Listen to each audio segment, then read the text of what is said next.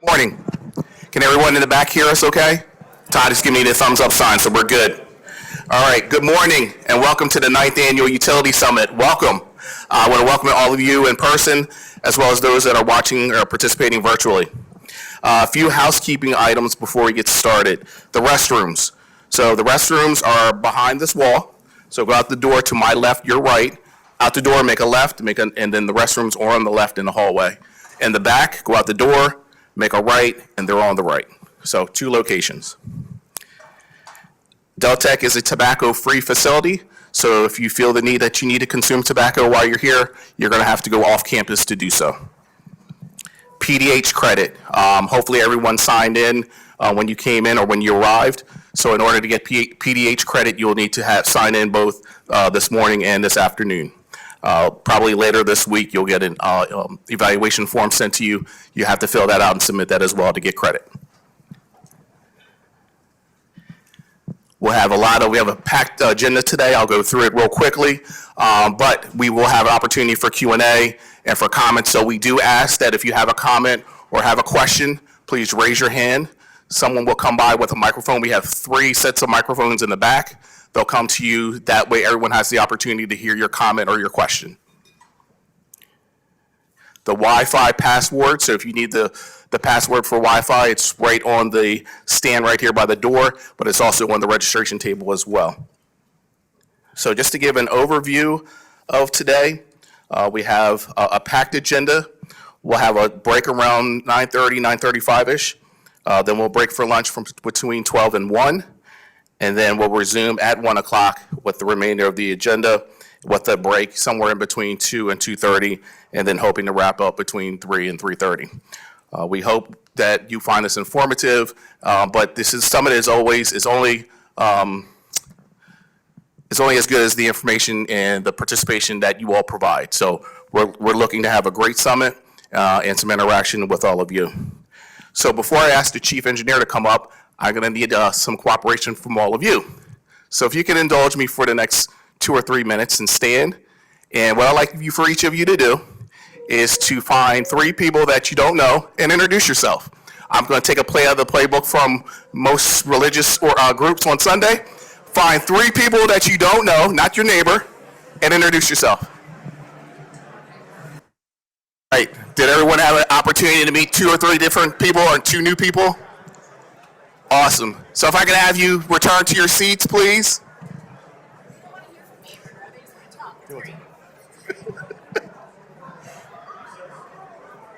I promise you'll have an opportunity to network and to further your conversation during the break and at lunch. All right. If we could get started, please. Can't hear us? Todd, are we good in the back? Okay, I get the thumbs up. All right, great. You never know how that'll work. We decided we were thinking about planning an icebreaker, and I said, well, let's do it old school like we do usually, for most folks on Sunday. So thank you for indulging us and participating. I saw a lot of good conversation from my time walking around, but like I said, you'll have an opportunity to chat a little bit later. So right now, it's my honor and privilege to introduce our Chief Engineer and Deputy Secretary, who's going to come up and give us some opening remarks. Mrs. Shantae Hastings. Shantae.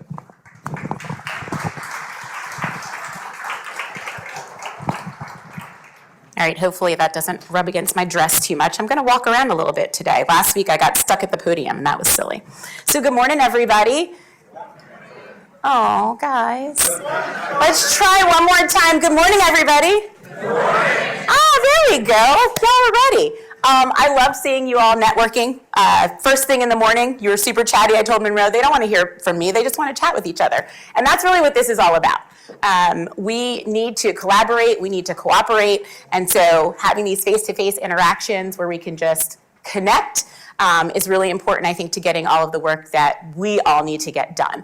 So quick poll. Let's see. Who are my Del.Dot people in the room? Raise your hands. All right. Utility companies. Nice. Consultants. Great. Federal highways. Great. Anyone from academia? And did I miss anybody? If I did, shout it out. well, obviously our tech and innovation / DTI folks. How about that? All right, well, excited for a fun day. I've looked at the agenda and it looks really interesting. I think a lot of good sessions. Happy to see the utility companies will also be presenting. I think that's really important. It's not just the DelDOT Utility Summit, it's everyone's utility summit. We have a lot to learn from each other. You know, throughout the year, we are, both the DelDOT and the utility companies are trying to do our core business. Our core business is maintaining our system and then upgrading our system, right? So that's our core, and that's enough work. And then we have economic development that gets put on our plates. And so we're reviewing plans, inspecting work, you're having to do work related to economic development to put in new facilities. That's an extra strain. And then let's sprinkle in a crash that might take poles down, or a hurricane, nor'easter, random rainstorm that takes down poles, trees, you name it. And so our workload is really heavy every year, and it seems like it's getting more and more. And I think all of the less complex projects are already done, and we're all working on the things that are really hard. Less space to do the work that we need to do, way more cooperation. And so I appreciate, from all sides of the house that are here today, the work that you do. It matters, it's important. We as DelDOT are trying to improve transportation throughout the state, and that takes a lot of cooperation with a lot of other folks. I know we've had some struggles over the last year as the workloads have increased. We've had some changes to manuals, and I think that's caused a little bit of friction here or there. And so we want to just work together to solve those problems. We all need to have a process that we can follow, that it can be reliable, that we can anticipate the needs of each other, so that we can deliver on what we're called to do. So I thank you for taking the time out today, because we are all very busy, but taking the time to listen, to network, to problem solve. And I hope what comes out of today is a path forward on some of these harder issues that we've all been working on. So again, thank you for being here. Thank you for your active participation. I'm going to speak that into existence today. And I hope you have a great summit, and I look forward to continuing to partner with each and every one of you in this room. Take care, everybody.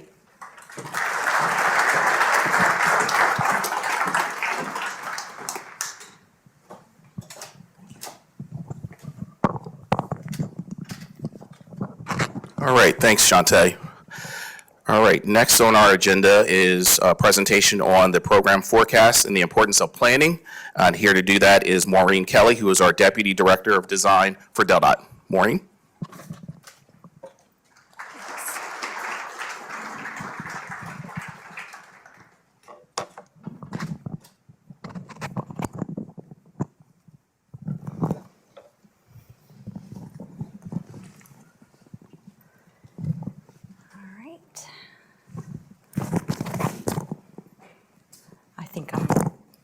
Got to keep my hands away from my jacket.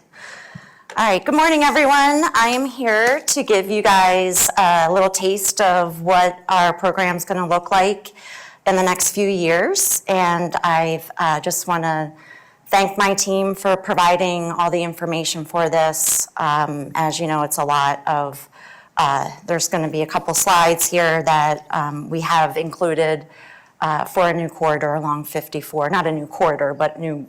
It's a different slide than we have shown in the past. So like we like to do with most of our presentations is show everyone our, yes, thank you, mission statement. Because I'm like, what is this? So every trip, every mode, every dollar, every one. All right, so as always, on our website at deldot.gov, we have all of our projects listed here, whether they're in a study phase, whether they're in planning or design, advertising, or our award process, or under construction, or actually completed. So on the right hand of the slide, you will see all of the different corridors that will highlight the different projects specifically for those routes.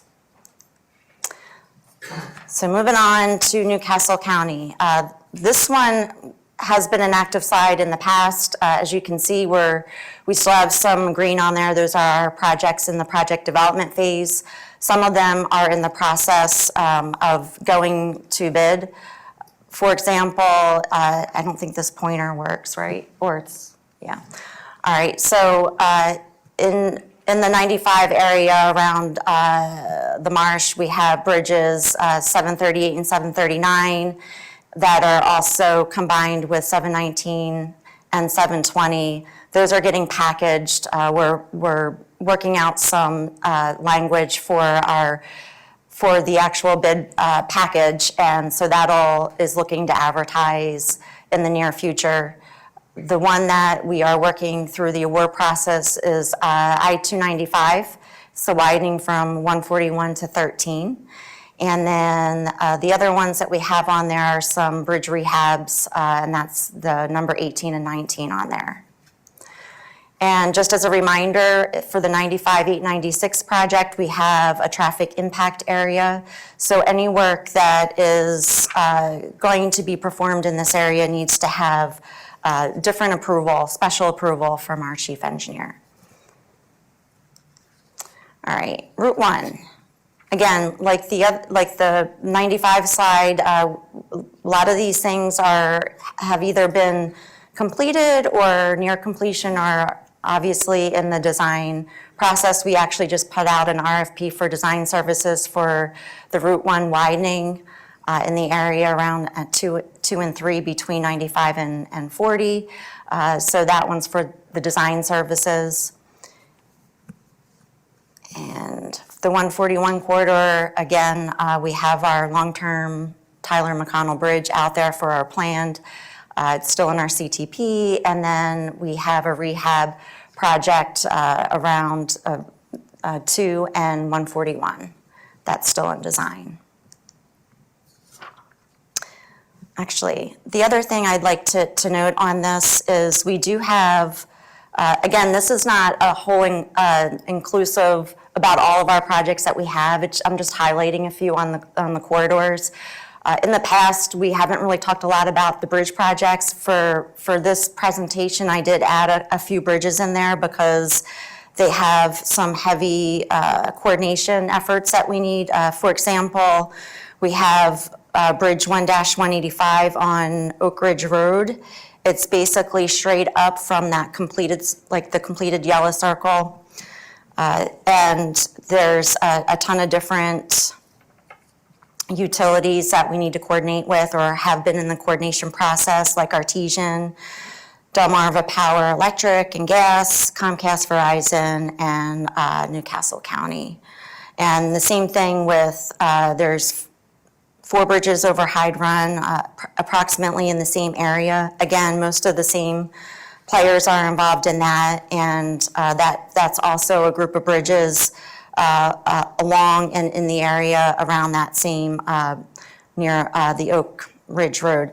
The other project that isn't on here is the old Capitol Trail project, and that's just, if you look at number 3, the green circle, it's just southwest of number 3, and so we have a lot of coordination with that, with AT&T, Artesian, Comcast, DP&L, and a lot of other ones. So that's just another example. That project has just started in the design process, and we're still coordinating on that one. All right, 273, we really don't have to talk a lot about this one because most of them are, well, everything on here is completed. We can probably remove this slide for next time unless there's another one that comes on.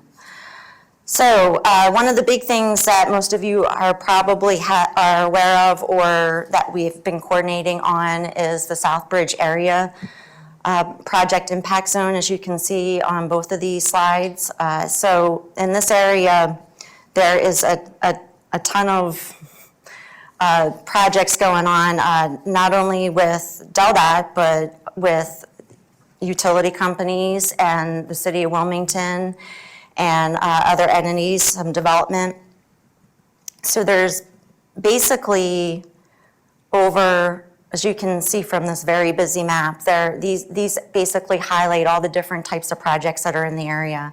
So there's over 30 projects here that we have to coordinate with that are coming in around all at the same time in the next, from now until about, 5 years or longer. So what we wanted to do is just kind of highlight and again, talk about the importance of all the coordination that we're going to have to do, not only with DelDOT, but with each other outside, because it's really, these people are going to be so, impacted by what we all do in this area. And also to highlight, our Project Development North has a new project coming online. It's called Route 9 Redefined, and that'll be showing concepts without utility poles. So that one's going to be interesting, knowing that how intense the coordination for that is going to be once we get into it.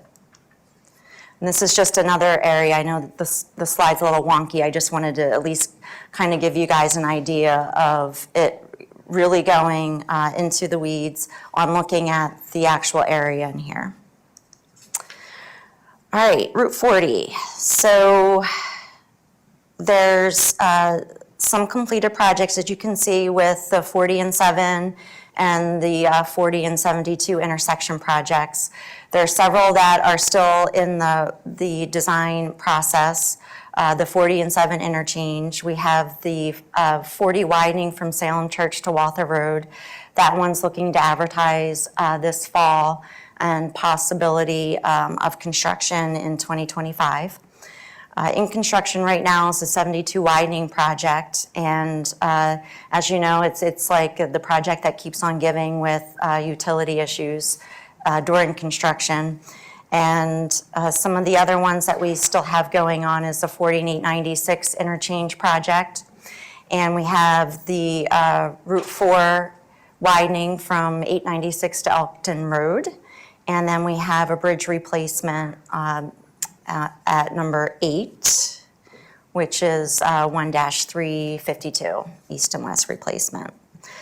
And again, with all of these, there's a ton of coordination that is ongoing.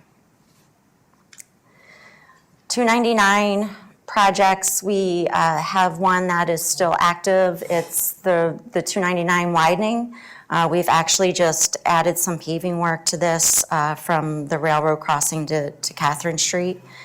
And from what I understand, that should be started this fall and be completed by the end of the year. All right, Kent County, which has gotten super hot. As you can see, the 13 corridor projects, there's a ton of them that are all about in the same area.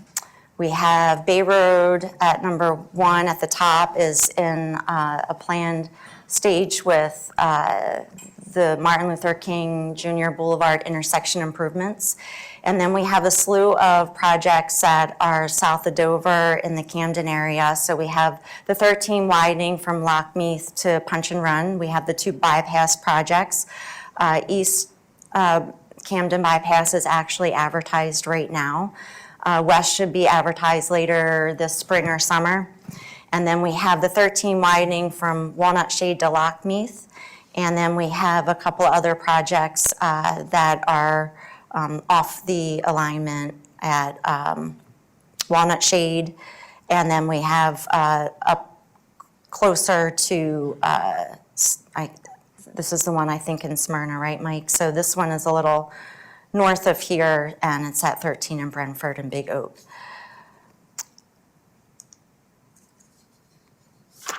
All right. So 15. We have, again, we only completed one project so far, but all these other ones are in the planned or design process. And so as you can see, some of them are just, many of them are intersection projects. So you have the one at 15 in Irish Hill. You have the one at 15 in Andrews Lake, that's 3 and 4. And then you have the 12 and 15 intersection improvements. They're just the intersection improvements. We do have a roadway improvement along Canterbury Road from Route 12 to 13. That's still in the planned phase, not in the design phase yet. And then we also have in the planned phase is 15 at Carpenter Bridge Road intersection improvement. All right. Route 8. I always think these kind of look like, Christmas lights with all the colors, but so we have quite a few that are completed. We have Pearson's Corner, Dover High School, 8 and 15 intersection improvements, and then the roadway along POW MII Parkway. And then we have quite a few that are we only have 2 that are in the design process. We have 8 in Chestnut Grove, intersection improvement, and College Road. And then there's a couple other ones that are off alignment of the 8 corridor that are intersection improvements, and you can see them in those dots just north of Route 8. The one that's currently in construction is Kenton Road. Okay, before I go on, I forgot to ask, does anyone have any questions about the Newcastle or the Kent projects? Because Sussex County is going to be pretty large, so I figured if anyone had any questions that they wanted to ask about those 2 counties and the roadways, that, feel free to shout it out. All right. Okay, Route 1. We have completed several GSI projects. We are looking to add a few more to our completed with finishing the Route 1 and 16 GSI. I think that's slated to be done 2025, Sarah? Yeah. Yeah. And then we have a few that are finishing up the design phase. We have number 12 and 13 at 1 in Cave Neck and 1 in Minas Conway. Those 2 are nearing completion of the design process. And then the other one that is also in the design phase is Northeast French Street at Rehoboth Boulevard. That's number 6. And then at number 11 is the intersection improvements at 1 and 264 and 258. Planned is still Route 1 and 5 Points, and I will have some of the other ones that are around there, like Plantation Road, on a different slide. Oh, hold on. Actually, I wanted to go back and mention one of the big bridges that we have a lot of coordination on is Bridge 3-714 on New Road. It's just east of the tag on number 12. And that one is also a utility heavy project. Jason, that's the movable bridge, correct? No, that's not the movable. Oh, okay. Which one's the movable bridge? That's up north, right? Okay, yeah, that's right, Cedar Beach. Okay. So 714 on New Road is not the movable bridge, but it is an important bridge. And so we have a ton of utility relocations on that one. The 113 corridor. We still have a lot of work that is planned that's in our CTP. We have started some design work on quite a few of them at 113 and 16. 113 and 404, that one's getting ready to be packaged up for advertisement soon. We have 113 at 9 that's still in design. The widening of 113 in Millsboro is still in design. And then, of course, we have the North Millsboro bypass. So that includes both the GSI with 20 and 113, as well as the new roadway just north of Millsboro.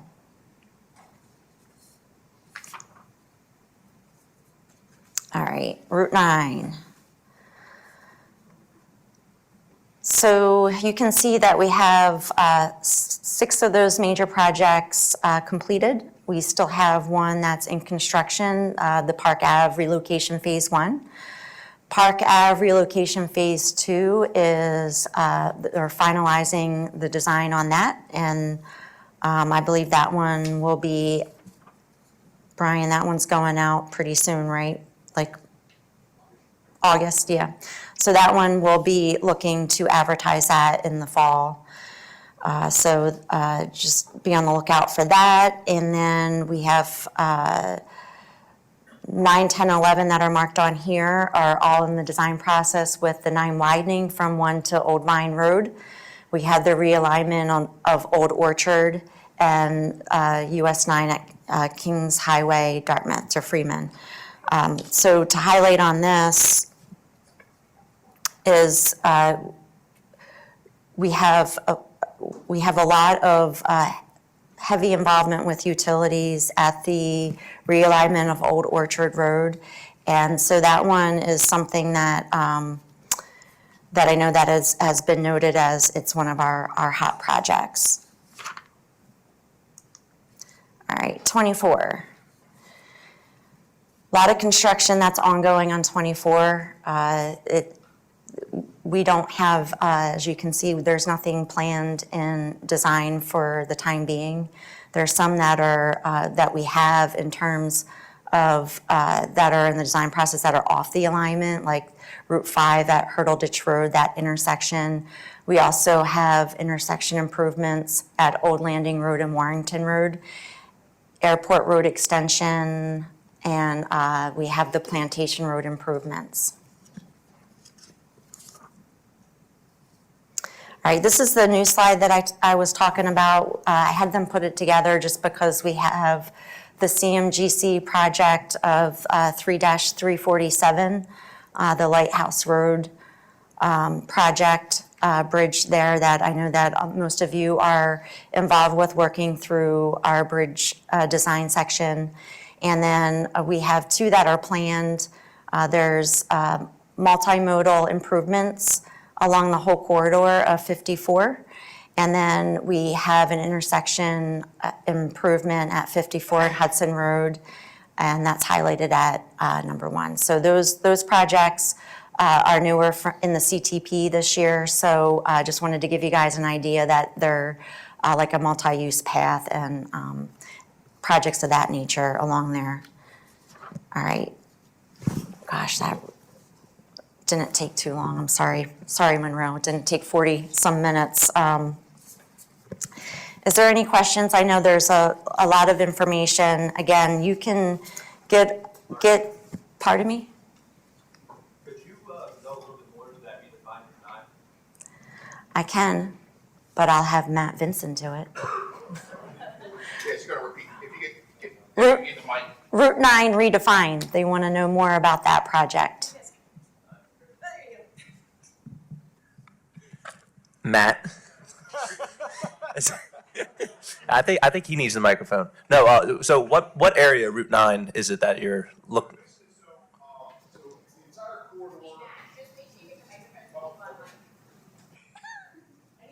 Tell him, Shante. Sorry, Shantae. Yeah, so it's basically we're looking at the entire corridor from Newcastle to just south of Wilmington, kind of to the Rogers Road area. There was a WMAPCO study that was done over the last few years. They kind of identified a series of projects. There were, I think, 12 projects in all that were kind of part of the study that were identified as potential projects. Right now, we're doing some initial public outreach. We're working to kind of prioritize those 12 projects and potentially identify any new ones based on the public outreach. And then we'll move into kind of a final design based on which projects that we identify through that public involvement process. So we're really just at the very beginning of the project. If you want to take a look at the WMAPCO study, that's online at WMAPCO's website. And is that like historic Newcastle that you're looking at, north? We don't get into. Can you hear me still? Okay. No, we don't get into historic Newcastle. It's basically just north of Newcastle, kind of the historic area, all the way up through. So again, it's a series of there's potential road diets, there's roundabouts, there's some pedestrian and bike facilities throughout. So it's a mix of different projects that we're trying to look at. Thank you. You're welcome.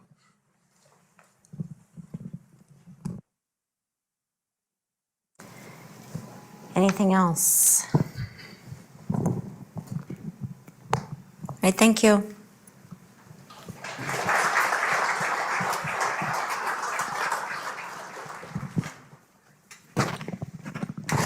All right, thanks, Maureen. Any questions or comments? Anybody have any other comments on that last presentation? All right, so one thing I've learned in my 28 years working for DelDOT, you have to be able to be flexible and learn how to pivot. So that's what we're going to do today. We're a little bit ahead of schedule, so we are going to continue with our agenda and take a break here for about 10 minutes. We're going to shorten it up so that we can give the next two presentations ample time to have discussion and some back and forth. But before I do that, or release you to the break, a couple of things I forgot to mention earlier. On your agenda, on that second page, is a QR code. That's going to be important for the next presentations and pretty much for the remainder of the day. Several of the presentations have polling questions, so you're going to need that to be able to participate. Again, if you need the Wi-Fi password, it's right here on this little stand here by the door, but there's also, it's also listed at the registration table as well. I would be remiss, I forgot to ask earlier, by show of hands, how many folks is this the first time you've attended a utility summit? Oh, so pretty good. So again, welcome to all of you. Again, this is our 9th annual summit, so welcome you to that and look to have you back next year. And I forgot to mention or introduce myself. I was so excited to get started that I failed to do that. So I'm Monroe Height, Chief of Right-of-Way for DelDOT. And again, I want to welcome you and I'm looking forward to having some discussion. So our little icebreaker went well, so you'll have an opportunity for about 10 minutes to grab coffee, use a restroom, maybe finish your conversation. So if I can ask everyone to come back, I'm actually going to give you 8 minutes. If you can come back at 9:10 so that we can get started promptly and have some further discussion and some further dialogue. So again, 9:10. Thank you. All right. So at this point, I would like to introduce Eric Simo, who is our utilities engineer, who's going to talk about the capital project coordination and discussion. Just a reminder, questions or comments, please wait for someone to bring the mic around. That way everyone has the opportunity to hear the question and the response. So with that, Eric.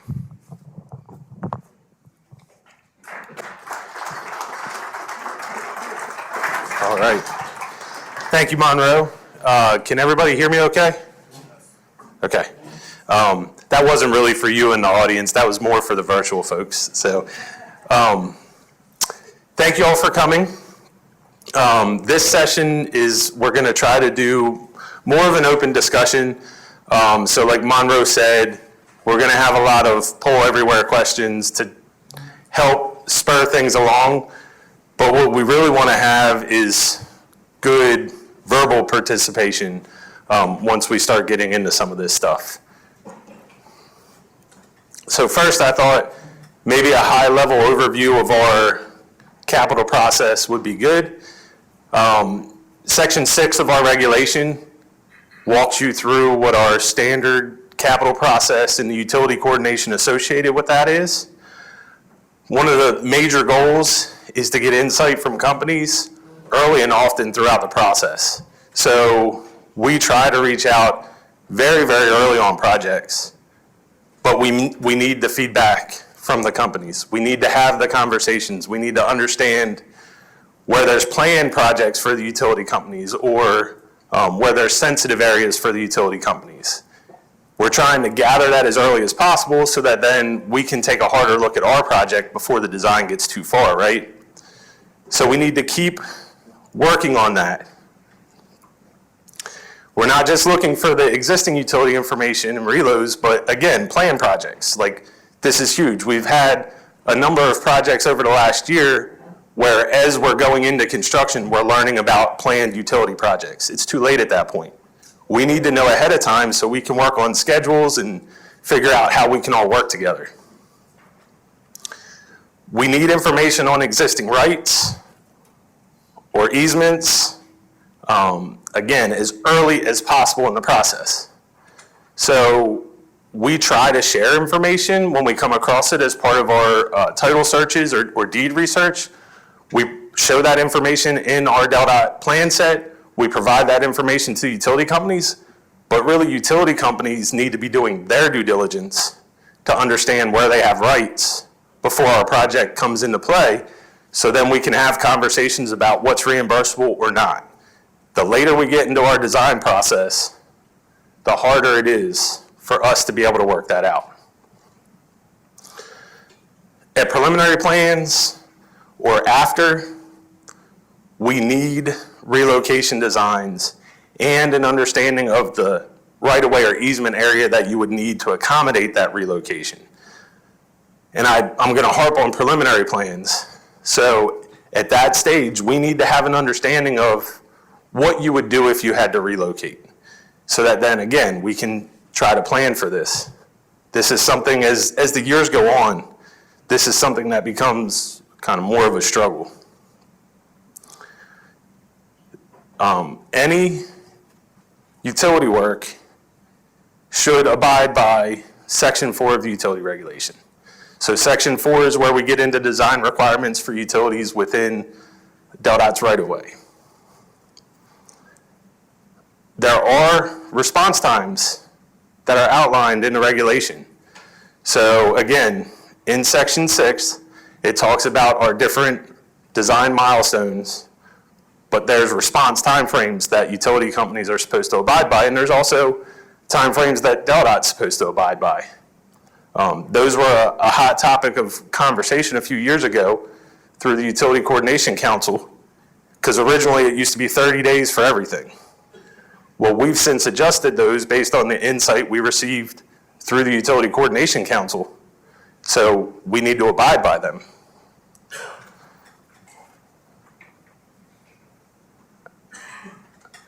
All right, so poll question, and apparently it must have been up already because people were already responding to it. Caught me a little off guard. So approximately how many plan submissions do you think we received in 2023?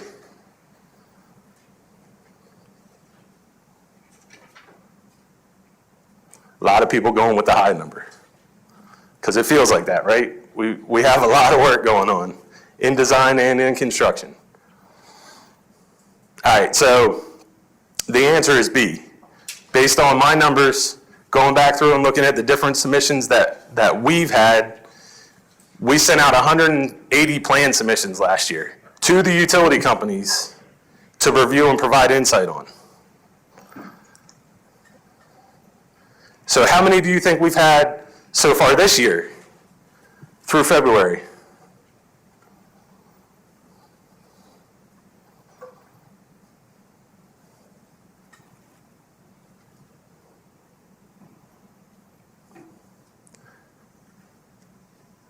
All right, so we've had 37. And I'm not going to lie, I have not gotten all of those out to you utility companies yet. This summit took a little precedence over some of that.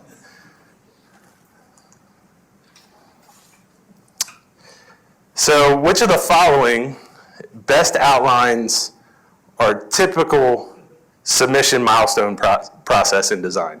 And I say typical, because as most of you know, we don't do them all that way.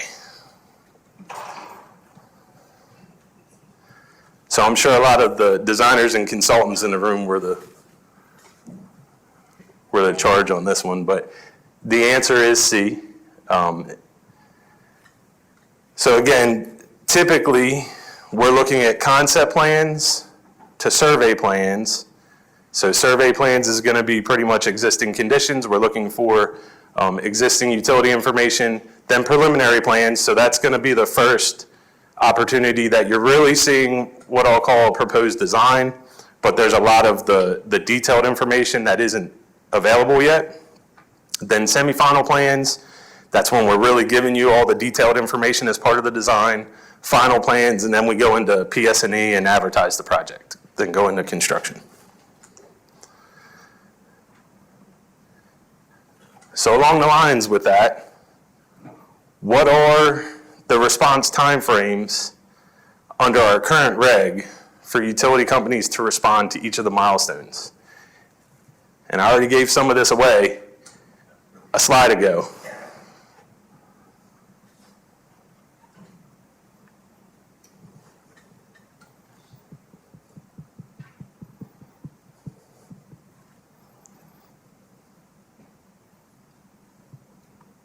All right, so the majority has it there. But again, I think on that slide, the importance is we listened, we adjusted our timeframes, And so with larger timeframes, we should be getting responses, right? Well, here's a slide. It might be hard for you guys to read, but I went into the UPA and I gathered the response times for companies. Not to call anybody out, but as you can see by this, we do have companies on average that are responding within those timeframes, but we have a lot of companies that are not even close to those timeframes. So we all need to do a better job, right? So the average of all of these is 105 days. So we need to do better. Because if we don't get insight from the utility companies, then we can't take that into account in our design, and it all snowballs to the end when we're in the field and having all sorts of issues, right? None of us want that. We want to try to work as much out as possible throughout the design process so that hopefully things go smoother once we're into construction. Any questions about any of this information? And these slides will be available after. We will get it uploaded so that y'all can have fun with this. All right, so in my time in this position, it's very evident to me, and those of you that have come to this for multiple years and are involved with a lot of the other initiatives we do through the utility side, you understand, but I see a big problem with resources, right? So to me, a big reason we can't get what we need in the timeframes we ask for it is because there aren't enough resources dedicated to truly pay attention to what we're providing and to get the insight back. And there's only so many resources out there, whether it's internal or bringing in consultants. Like, the more work, the more issues we have. So this is where we actually start the interactive part. What we did up to this point was just more trying to get you guys kind of into it a little bit more. I like the beer answer. I mean, that's, so staffing, funding.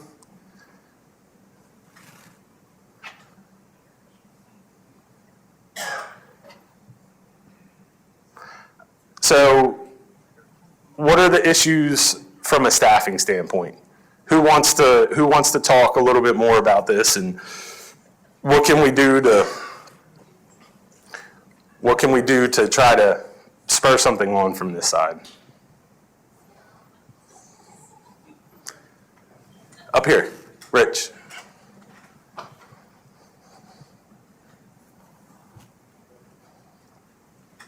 So staffing is a problem with the pay grades in the state of Delaware, across the board, I'll venture to say.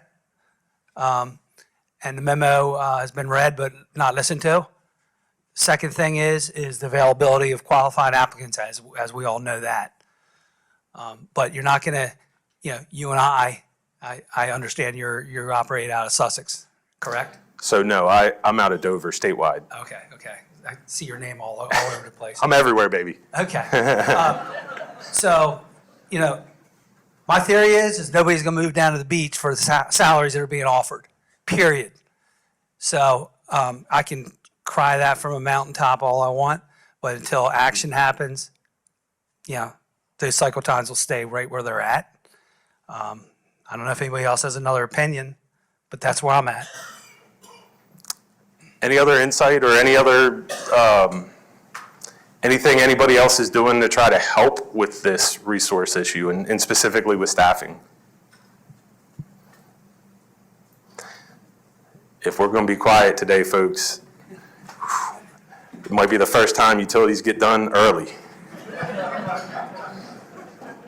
Just kidding. Eric, can I just chime in? So Yes. you mentioned this, and this is where I could mention at the beginning. This is where the summit is only successful as far as the participation you all provide. So what can DelDOT do to help out? Eric had the response times, and there were some that were, at one end, some that were on the other end. What can we do to help that out? To help facilitate as far as getting comments, helping you as far as reviewing the plans, just a coordination. You could probably say stop projects. Well, that's not going to happen. So what can we do better, or what can we do to assist to make those response times reduce, but also some of the headaches, and we can try to, be proactive in addressing some of those. Eric. Go ahead. Eric Larimore, Newcastle County Public Works. So yeah, this is a big issue. When I first came to Public Works 12 years ago, the amount of work that we received from DelDOT, I think we kept up on pretty good. I'm delighted to see my team's response time to you guys is 38 days because it felt like 300 days. So hats off to them. But I think the big issue is, and appreciate the revised response times, staffing is obviously the biggest resource issue. I can't comment on the salary thing. I just comment on the what's in front of us, which is, I think 2 years ago, the Secretary of DelDOT came out, made a statewide meeting, and I think there was hundreds of millions of dollars the state received. Immediately, I went with my team, and we got a bunch of resources and consultants because we knew you guys would have a ton of work. You're probably right now the county's biggest customer as far as sewer projects, driving sewer projects. The problem is you're not our biggest customer because we have the whole sewer system to run. When I came, I think there were 10 engineers. Right now, I have 4. So the problem isn't, I think the challenge is that the state got a lot of funding. Maybe the other utilities did not, or don't know how to tap into that. And so trying to keep up with your schedule, my only thought is that for some period of time to get through this, to keep your projects moving, there's going to have to be either some kind of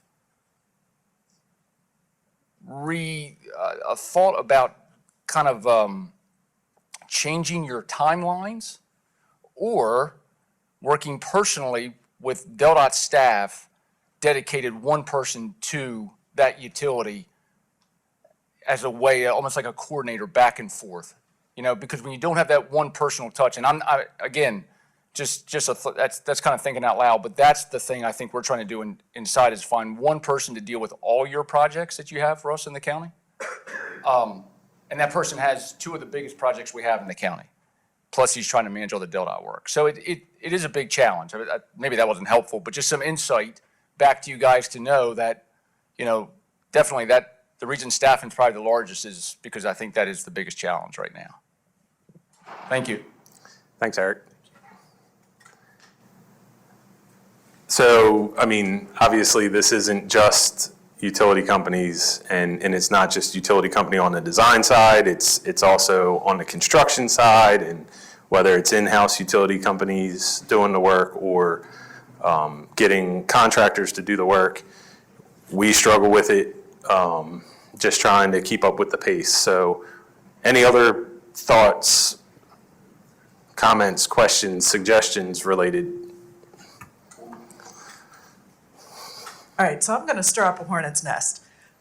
What would the possibility be? What would it look like if DelDOT was given access to utility equipment that they may have on their GIS, or, some sort of a system that DelDOT would have access to, that DelDOT people could then confirm the utility and work more in partnership with the utility rather than going and saying, okay, you let us know what you have. If it's on their system, could DelDOT look at that? So just to expand on that a little bit more, like sharing GIS information so that then we have utility GIS information to help us initially figure out what could be in the area to then help focus the conversation with companies. Maybe that's a good way to put it, so that then maybe, instead of reaching out to 10 companies, maybe we're reaching out to 8 companies because of the information that has been shared between all of us. So thoughts? We do share or have shared with some companies at this point, and it's something that I've asked about in multiple monthly meetings here lately.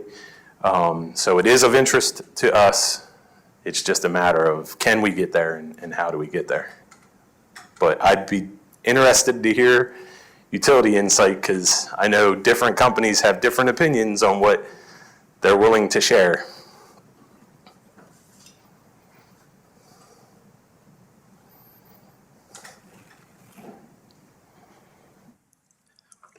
Hey, Eric, Mark Parker, Sussex County.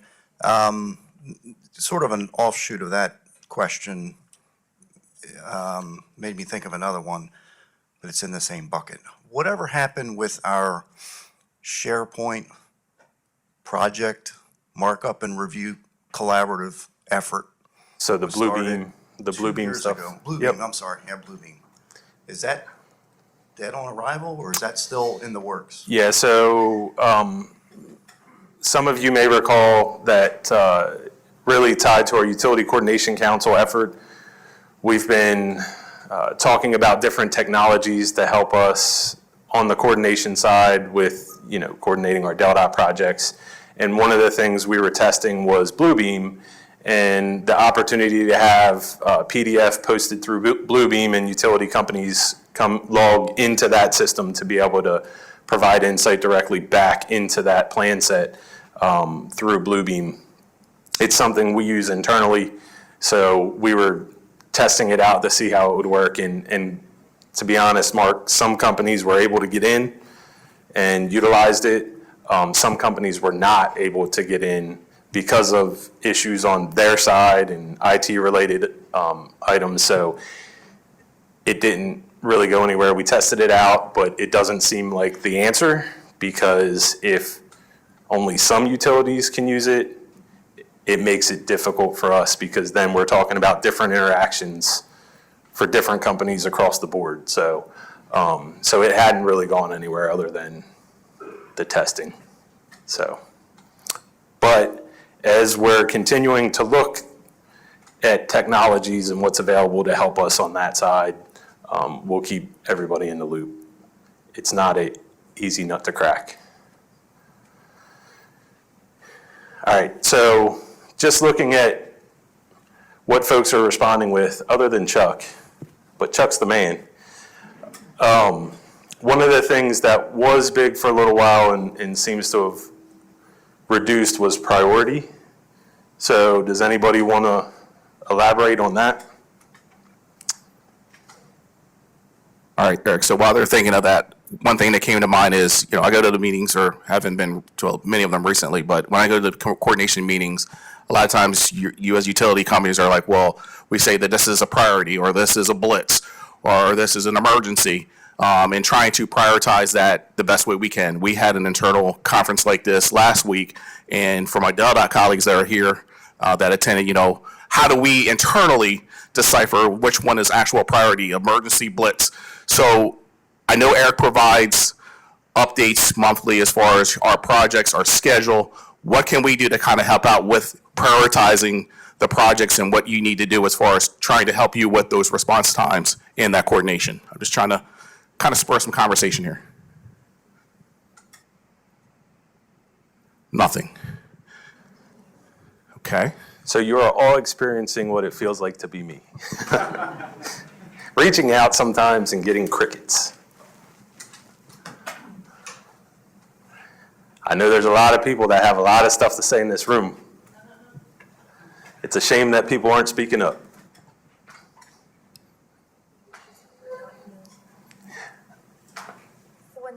Is this on? Should say on. Okay. When DelDOT has a PS&E date that is moved up, such as Route 13 and Brentford Road, when we send it to utility companies, could we do like a star system, like 1 star, 2 star, 3 star? And then like that way they can know what the priority is for us as DelDOT, and then they can decide where it is on their end. Just a thought. Yeah. Open for suggestions, and I'm sure the utility companies, though they're not saying anything, they are too.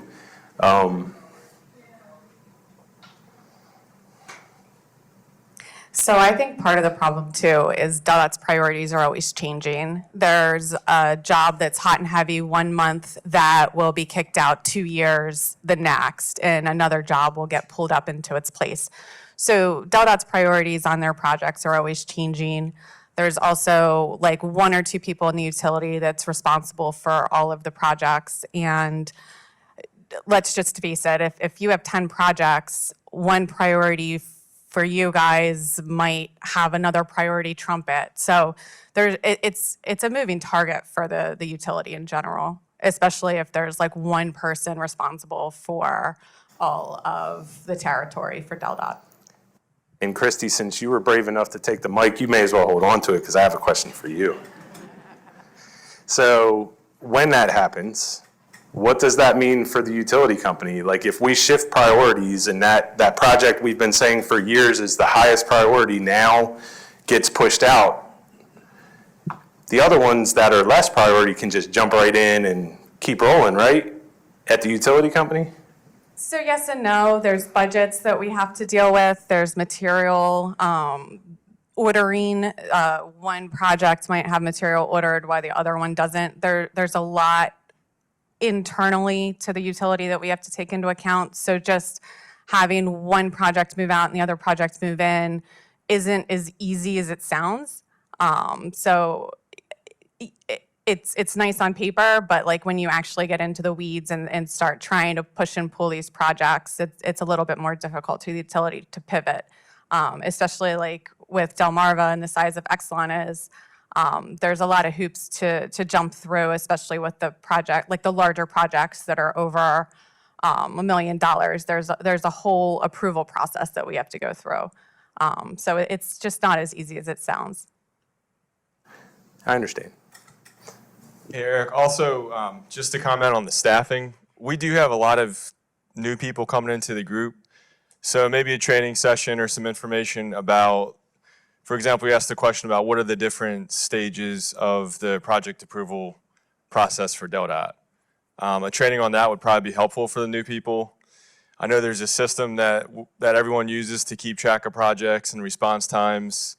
A lot of our new people probably don't have that information. So if we could get together training to help get them up to speed, that would probably help as well.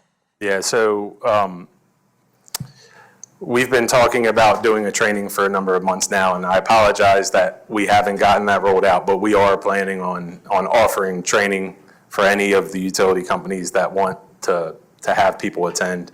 It's something that Debbie and I have been trying to put together, but those priorities.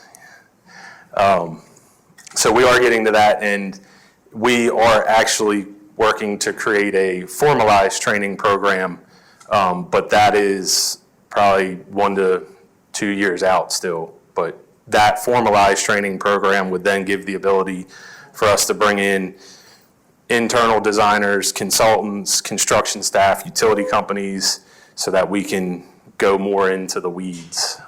So some folks in the room have been part of what we've done so far, but we haven't gotten very far with that initiative yet. But as we do, we'll be pulling folks in and letting everybody know. But we do have at least a form of a training that we give to utility companies for folks that are trying to learn more about our process.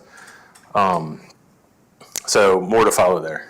So, but when people have a question or comment, could you just announce just your name and who you're representing today? That'd be great for everyone else, so they can hopefully put a face with a name. And thank you all for your comments over here. I have a follow-up question once this gentleman is done. I'm pretty much done. Whatever you can do would help, Eric, just because we do have, since it's such a big company, there's a lot of opportunities.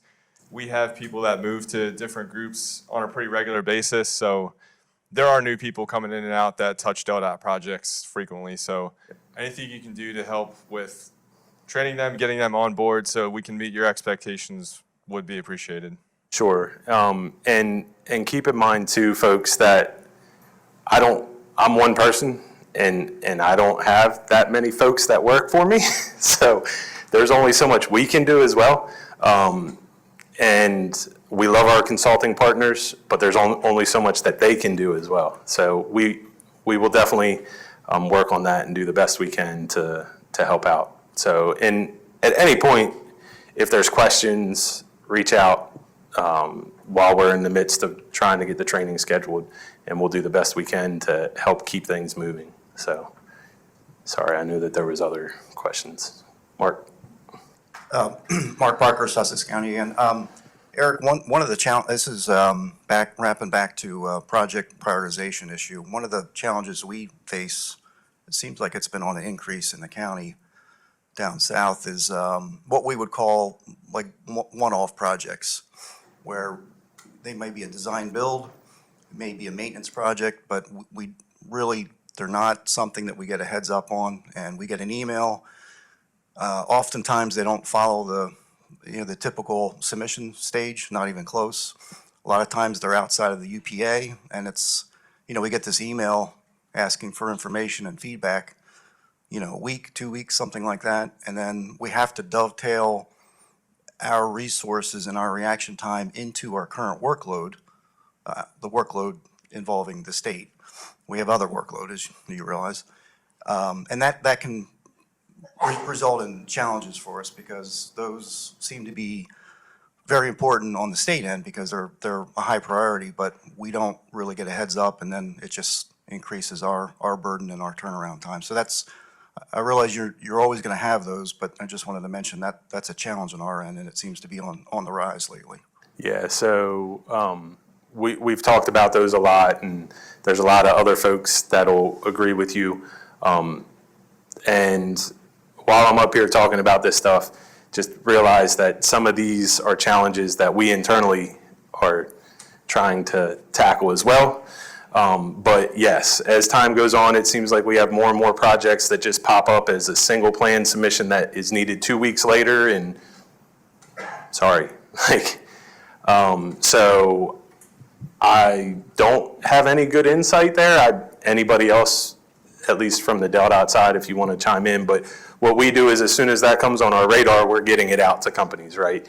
So a lot of times for those types of projects, we aren't using the UPA because it takes more time to get a small project that's going to move fast into the UPA. So oftentimes we're trying to tackle that through email. It doesn't matter whether it's a maintenance project like a bridge location our maintenance forces are doing on their own, or a paving rehab project, or a CTF type project. Like, we are seeing a lot more of these little projects that we find out about with a semifinal plan submission, and it's needed within a month. So what we're trying to do is just get it out to you guys as quickly as possible. I'm going to chime in. When it comes to priorities, as everybody knows here, hopefully you all attend the monthly meetings we have for the utilities. South is the afternoons of the the first Thursday of the month, and the morning of the second Thursday is the North District meetings, utility meetings. So when you're coming across a lot of the priorities and you want to know what is higher priority than the other, ask us, because we're meeting with each of the design groups once a month also. So if there's something in particular you need to know, if, I've got 2 bridges. So I've got a bridge down on Lighthouse 54, and I've got one up in Newcastle 684. And I've got sometimes the same utilities on each bridge. Well, which one's going to be priority? That's where you need to ask me, because then we can go back to the designer and say, look, I have this list of projects, everybody's priority, what really is? And if you ask Mark Buckaloo, somewhere he's here, he'll say construction always precedes everything, which is true, because now we have a contractor on board. But again, if you need a priority list, we're going to tell you, just ask the question, because a lot of times we don't know your constraints unless you tell us. So if you say that you have a huge project coming up and you're limited, tell us. We can work timing out. We may not like always the answer, but I'd rather have an answer than crickets.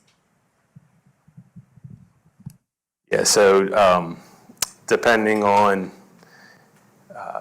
who you ask, everything's going to be priority, right? So to the designer that's working on that particular project, that is the absolute priority. So priority becomes something that's hard to provide insight on sometimes. And like Debbie said, worst case, ask us.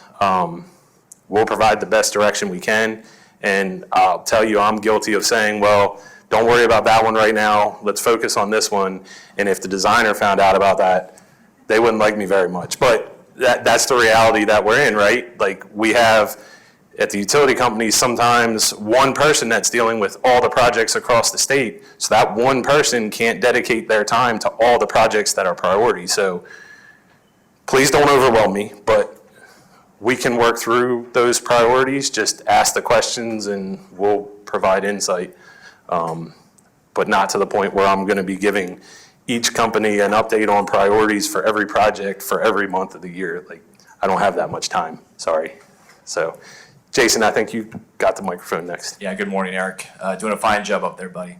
I have one question first before I go into the dialogue that we're going to have, and I'm sure everyone's sitting on pins and needles. Did you hear about the Lego sale downtown? No. People were lined up for blocks. Boom. That's Thanks, the same man. reaction I get every night at dinner. Thanks for the dad joke. Yeah, just thought I'd break the ice a little bit. Okay, so what would you say the percentage of projects that DelDOT is working on that are growth related? In other words, people moving into the state. I don't know if anybody from, I'm sure there's a fair amount that are maintenance driven, but I would venture to guess most in Sussex are based on the amount of people moving in, right? I would venture to say. What if the state had increased the transfer tax or the impact fee for moving to the state, give that money to DelDOT, and then DelDOT can utilize that fund as an incentive based to the utility companies to get their review done on time. And if they did so, they would get maybe a little bit of money and maybe offset their costs and resources to their consultants and in-house staff. So that idea, not necessarily the transfer tax, but the idea of incentivizing and even paying has been brought up in the past. And surprisingly, a lot of companies aren't interested in that. So even if DelDOT was willing to pay to, let's say, have design work done for utility companies, there are some utility companies, and Greg Corey is a perfect example, not to single Greg out, but Greg will eat that money up all day long. He says, yes, if you want to design my work, please do. Hire a consultant and pay them directly. But then other folks don't. And it was very surprising to us. But over the years and having these conversations in the Utility Coordination Council conversations, like that became evident. Money doesn't drive this conversation.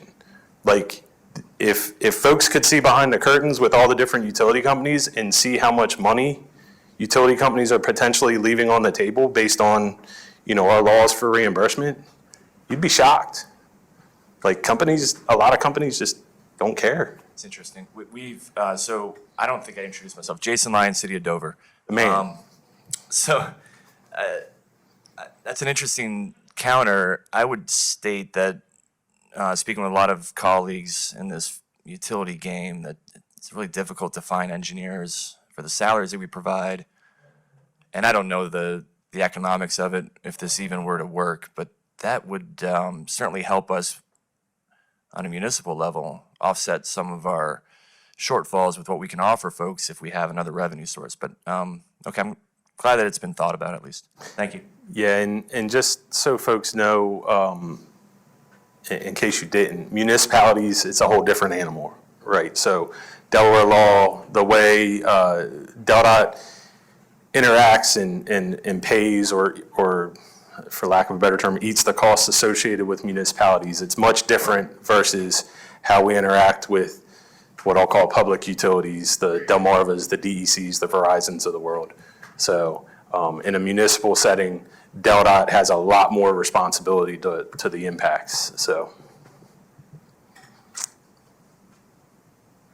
Sorry. So Dan Montag, Federal Highways. So Eric, just kind of thrown out to the group, advanced utility relocation, kind of what everybody's thoughts are. How far is enough? How far is too much? What can DelDOT do? Or can Federal Highways help out associated with getting out there, getting clear? So, you're out of the way, but what hurdles are out there today that maybe DelDOT, could work on? Yeah, any companies want to provide any insight there? I can tell you it's not easy for us as the utility section at DelDOT to try to have those conversations for a lot of reasons, external and internal. So it's like herding cats and hoping things go right. So I'm interested to hear insight from utility companies, even internal DelDOT or consultants. Like, I know construction wants us to do advanced work, every project, all the time, get done before the contractor comes in the picture. So let's set the stage there. So Eric, while people are trying to formulate their thought, what we're trying to do when we have advanced projects like that, like Dan is talking about, is prioritizing the right-of-way. A lot of times, we have most of the right-of-way clear or complete, and then there's that one or two parcels, that are kind of out there, and we have to go to condemnation or what have you. So internally, what we're doing is trying to look at how can we streamline the process and how can we do better as far as prioritizing those projects or those parcels when we do the acquisition process. And I know in a couple of projects here, realignment of Old Orchard comes to mind. I think West Camden, a couple other projects, we were able to do that, particularly if we're, utilizing federal funds for the advanced work.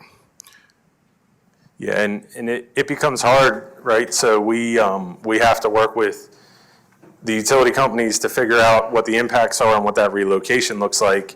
That's where we need that insight back from companies early to understand where the relocations are happening and what space is needed to accommodate those relocations, because our real estate right-of-way team has to go out and obtain that space, and it can take 2+ years to get through to these property owners. So a lot of times, what ends up happening on projects, and I'm not pointing fingers, but this is what tends to happen, is we don't really have a good understanding for the utility impacts and the utility work until after semifinal plans.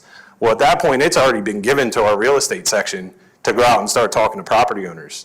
So if we don't have a good understanding, we don't know what the right-of-way needs are. So we're out talking to property owners and potentially moving forward with acquisitions before we fully iron out what those utility impacts are. Again, I'm not trying to point fingers, but this is the reality we live in. Yep. Colton Salento, KCI Surveys. You had talked earlier, with right-of-way, but during due diligence about getting, you're showing all the easements on plans, and those easements could change, or you might need new easements as you go. Are you providing a portfolio of the underlying documents, the title documents that were researched? Because, the geometry of the easement on the plan is one thing, but understanding the rights of it is something else. So does that portfolio come with the plans? So Jen was shaking her head yes at the first part of the question.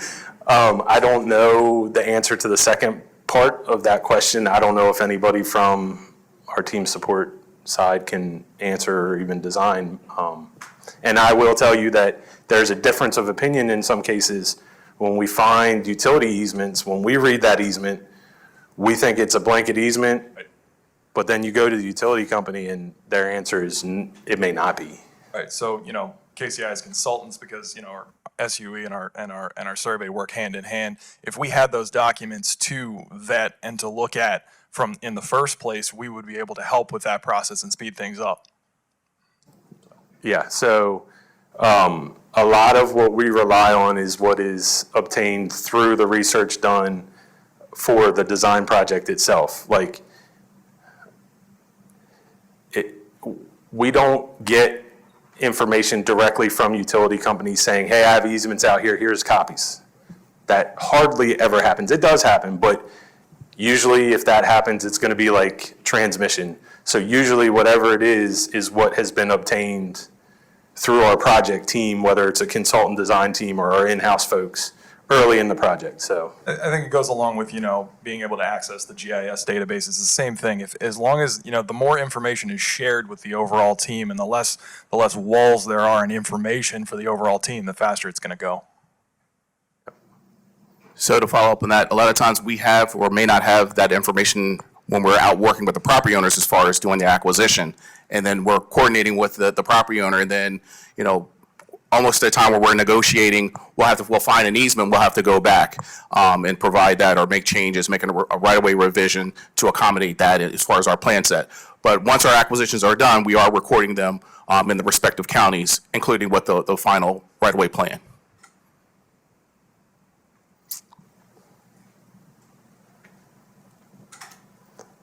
All right. I think we've somewhat touched on what I'll call some of the larger items. And I don't recall what all other questions I have in store for you folks, so we're going to move to the next one. Is your company obtaining insight on any planned or proposed company projects and providing the information to DelDOT for any of the capital projects they impact. These projects and schedules need to be coordinated or work will be impacted.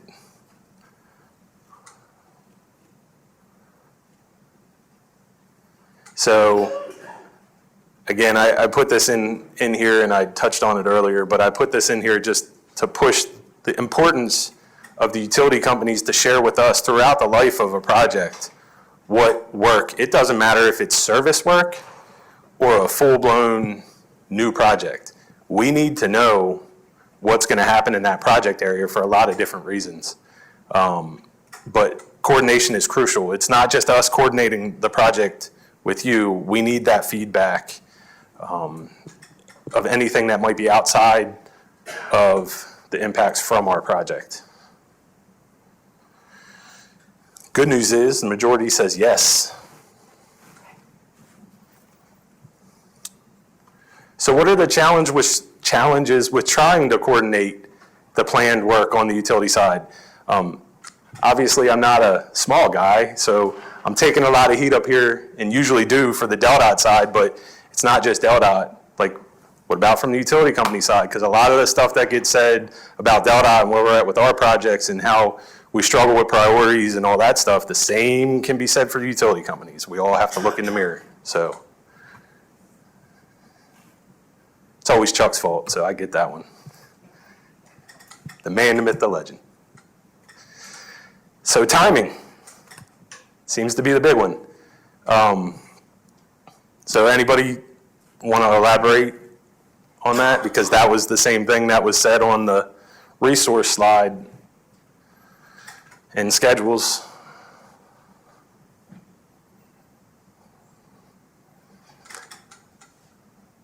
Crickets.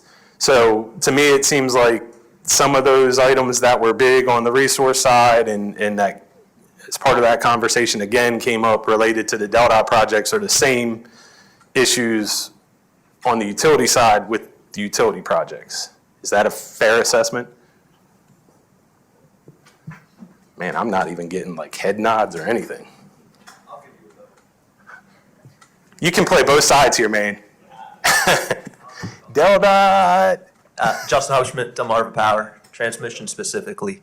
I know that with our outages that we need to take, we're really only delegated to the spring and fall outages for them. And depending on what other work we already have planned for said seasons, it might not work with the timing of your projects as well. So that could just also be one for that timing issue.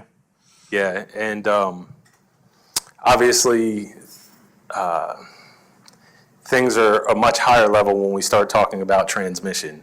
And I would say over the recent years, we have done a good job, specifically between Delmarva Transmission and DelDOT, trying to coordinate those situations. So for everybody else in the room, one thing Delmarva Transmission is good at is letting us know, look, we understand that you want to do your project during this time, but we have 3 other projects that are taking an outage and we're not allowed to do your work during that time. So there is a lot of communication between us and Delmarva Transmission on projects where they come into play. And obviously we're not impacting them as much as some of the other utility companies in the room, but that level of coordination is what would be nice across the board, and it takes a lot of time and effort to do that. So Eric, Dan Montag, Federal Highways. I noticed a couple people up there wrote Buy America, BABA. So if We got slides later on that. Okay, we'll talk about it later. Everybody in here, last week, the federal government put out a notice of proposed rulemaking for BABA. I know who's looking at me over there. But this is the opportunity for the utilities to comment on it. What's in there is currently Federal Highways for the last 40 years has had a waiver for manufactured products. So you may have heard in the president's speech last week. So comment on where that waiver process may or may not go in the future. That's. Yeah, so we will have a slide, and I'm sure we'll talk in more detail about Buy America when we get to that. But yes, be aware that information just came out, so our Buy America world is going to change again. I've seen communicate, oh, go ahead. That's all right. Go ahead, Christy. Do you want to finish about Baba? Yeah. I'll take whatever I can get. All right, Christy Stanfield with Delmarva. I think one of the main challenges with plan coordination work with you guys, with like other jobs that aren't DelDOT jobs, is not only do your schedules change, but our schedules can change too, based on funding and a lot of other internal issues that come up. If we have budget cuts, money could get pushed into later years. And it's just, sometimes it works out and sometimes it doesn't. So that's one of the main challenges, I think, with trying to plan other work coordinated with your planned utility work. Yeah, and I think, we've seen communication on the couple of slides, and I see changes has gotten large on here, but that's where that communication is key. Like all of us continuing to talk through, and it doesn't matter what side you're on, something's always changing, and it's very difficult for all of us to stay on top of that stuff. So I think we continue to do the best we can and just strive to keep each other in the loop as things are changing, and be flexible, because that's another big one on here. Somebody else back there. Yeah, this is Vince from Delmarva. So I answered schedules, and just to provide a little bit more information about that. So just speaking strictly from the new business world, a lot of our relocations are driven by developer projects, and I don't think that the timing matches up. I think we're probably finding out about those later than we would like to, so then we can't coordinate as early in the process on your projects as you would like to. So that, just kind of sitting from my seat in new business, that's why I answered timing and schedules is probably the biggest thing. Just because the developer projects are on a lot shorter timeline than your projects. Sure. Yeah, and I know everybody's super anxious about the discussion this afternoon, so that came up as one of the items related to the permitting side of the world, is the developer projects and the coordination related to those. So, but yes, and we experience it too.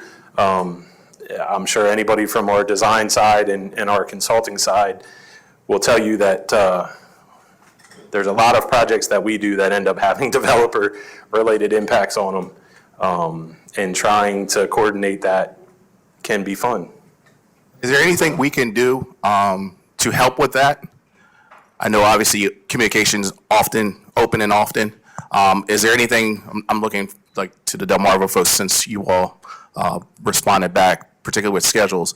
Is there anything we can do collaboratively or at least on the DelDOT side to help facilitate that? I guess one caveat is, we're always internally at DelDOT trying to look at schedules, and a lot of us, have our progress meetings, twice a month, and, a lot of the managers, myself included, always harp on, is this schedule realistic? Let's look at the schedule, but let's be realistic, let's be real. Are we really gonna get it done? And that's the conversations, the hard conversations that we have internally, a lot of times for the project. So I know I know you're having those conversations. Like Eric said, Eric's trying to provide that information, the most up-to-date information to you. By the time you get it, it's probably outdated, unfortunately. But again, like you said, it's a moving target, but we're trying to do a better job trying to provide realistic schedules, priorities and commitments to everyone.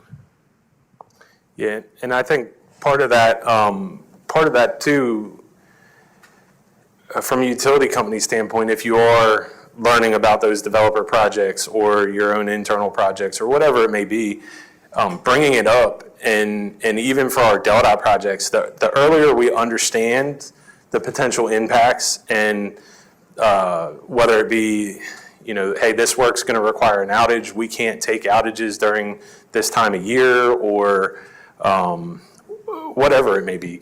The sooner we have that information, it helps us reevaluate the schedules and the priorities. And like, if we know we're running into challenges with this project because it has a lot of intense or sensitive utility work, then we can have conversations internally, and then maybe we kind of look at the schedule, deal with the schedule, change it up a little bit to give more time to work through things versus some of the other projects. So again, like, from my perspective on the capital side for Del Dot, it's crucial we get that feedback.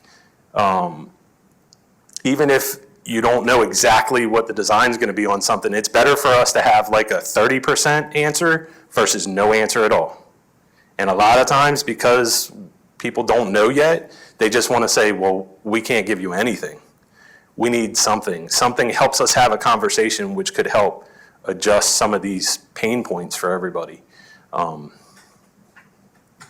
Hey, Eric.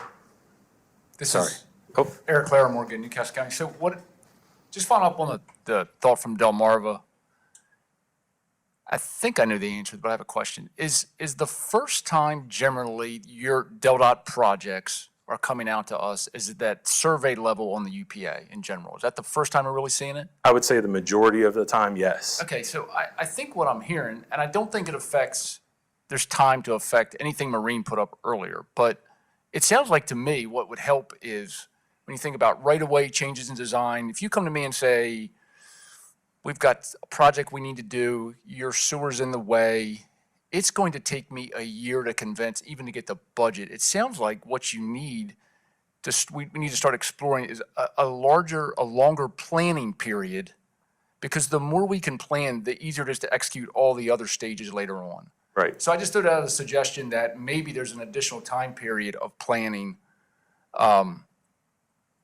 If you come to me right now and said, I've got a new project, I just cost you 18 months because of my budget cycle, right? So there's a time to get to me. Every time we make a change, I tell people right now it's 8 months. So that planning, those changes right away is a big one. Because, I mean, I've never been involved in a condemnation ever. I don't know that the county even does something like that. So, that gets very political, and I try to not be in that world. So that being said, it sounds like to me one of the things we ought to be looking at is a longer planning period, not so much a design period. I think if the plan, if everybody knows both back and forth what you're trying to accomplish and what we've got planned and budgets and all those kind of things, it might make all the other levels go a little faster. Just a thought. Yeah, so that's a great thought. Again, we try to get out to companies early. So on a lot of projects, you'll see that we have an aerial that just has the project limits drawn on it before we ever get to survey plans. And we send that out for that exact reason. So that we're putting the project on the company's radar so you have an understanding for where it's gonna happen. We don't know all the specifics yet, but it's the opportunity to have those types of conversations, to receive insight on any existing facilities, planned projects, any crucial facilities within that project limit, and any concerns, so that then hopefully we can get those wheels turning before we ever send the survey plans out. So we do that on projects where we can. And I would say in more recent years, we've gotten better at doing that. And then just to put it in perspective, usually the time between us sending you out survey plans and the time you see that next phase of preliminary plans is pretty quick. It's a matter of months usually. So again, Eric, to your point, once we get into that true process, it moves. And then later in our design process, it'll start, slowing down is not the right word, but that's when we're starting into our right-of-way acquisition process. And so that takes a lot more time. So where we will get into the preliminary plans pretty quickly, and then it might seem like we sit in like semi-final plans forever. And that's because that, on the other side, that's where we're starting to get into the right-of-way real estate interactions. So Eric, that's a great point. So a comment and a question. So I'll start with the question first. By show of hands, how many folks actually look at our capital transportation program, our 6-year look ahead? Or CTP. CTP, besides the Del Dot folks. It's on every agenda so- that gets sent out for what it's worth. So not that many, so I can understand why. It's a lot of paper, a lot of pages, a lot of information, so I understand that. But I guess our point is, and I'm looking to Maureen and Mark, maybe it's a great idea that there's some projects that we were looking to start here in the next fiscal year that are being pushed because of some funding and some other issues. Maybe we need to start, in the out years, so like FY 29, and 30, maybe we need to put a list or compile a list of those and get it to you all, sooner rather than later, so you can kind of have a look ahead of what's coming. Again, with the caveat that, funding could change, but we have a pretty good idea that those projects, because most of them are safety projects, that they're more than likely going to move forward. So a good point. That's something we'll make note and maybe internally put our heads together to see what we can do to kind of help that.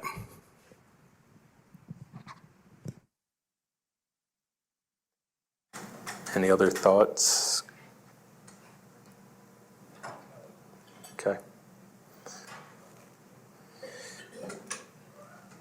So this one's a little more specific. Is your company evaluating tie-in points and services as part of the DelDOT design process?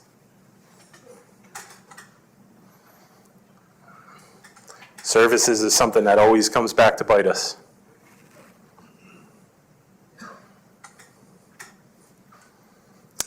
And while you guys are responding, I should have mentioned this at the beginning, but I had sent a survey out a while back to try to elicit feedback for these open discussions that we're having today. So thank you to those who provided insight. I've tried to work the insight we received into a lot of these questions. So, all right, so go ahead.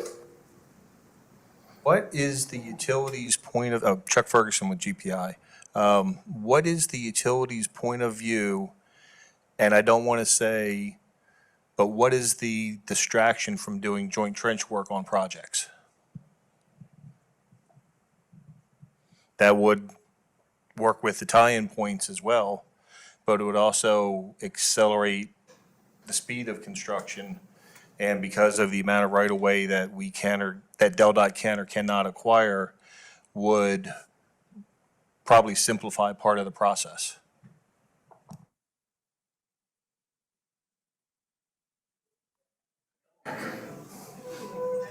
Bill McBain, Delmarva Power. Yeah, I think Chuck was kind of trying to point that at me, but so there are a lot of factors when it comes to joint trenching. Recently, I know myself and Ryan were in proximity to each other, so part of the concern got to be a safety factor of separation between us, not wanting to put our workers in a position where they might get into the wrong switch box or cause issues like that. We are also relegated to perform based on the NESC rules. So there's some separation there. There's electrical reasons to separate us from the comms because of the voltage we use and stuff. So there's many factors. Safety above all is probably the primary factor. And then there is the financial side, because I myself have even tried to organize some joint trenching on projects, and we've had issues with trying to get the financials secured between both utilities. So that's another factor as well. But it's never as simple as it seems at a high level sometimes. But that's not saying it can't be done. It just takes more effort, I think, sometimes. So I'll throw out one of the things that we've tried to do on some projects over the past couple of years is the idea of joint duct bank and maybe in some cases joint trench as opposed to the full duct bank. From the company standpoint, especially the companies that have been involved with those initiatives, thoughts, like does that help, Bill, in the case that you're talking about, or does it complicate it more? Or?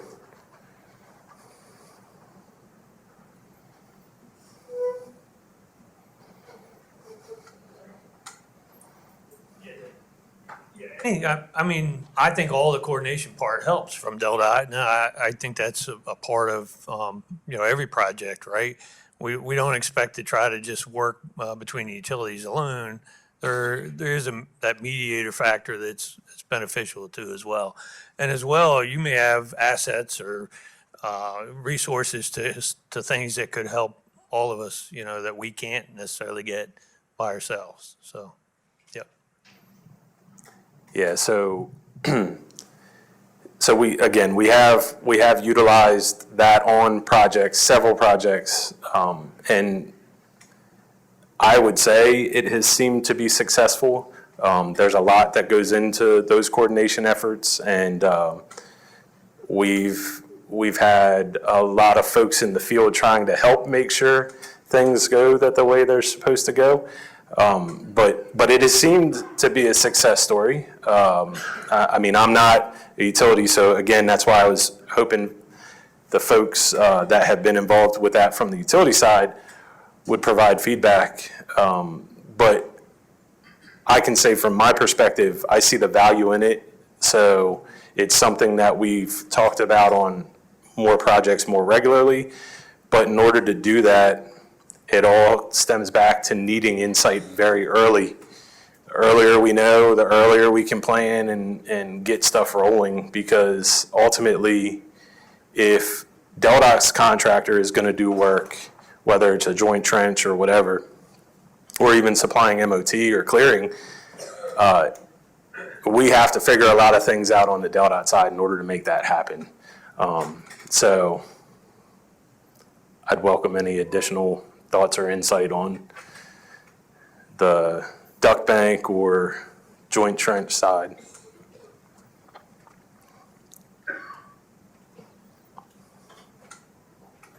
Troy? I saw it, man. Troy from DEC. So from our standpoint, I mean, we joint trench in developments every single day. I mean, we've got joint trench contracts set up with Verizon and MediaCom that fiscally separates who's responsible for payment. And that's not just our secondary wire, but that's also joint trenching with our primary wire. And, you know, NESC separation's 12 inches. So, you know, if they've got a 30-inch bucket, we're on one side of the trench, and Verizon or Comcast is on the other side. So, I mean, we do it in developments every day. Yeah, that's great. I know that had come up in the past at some of our meetings.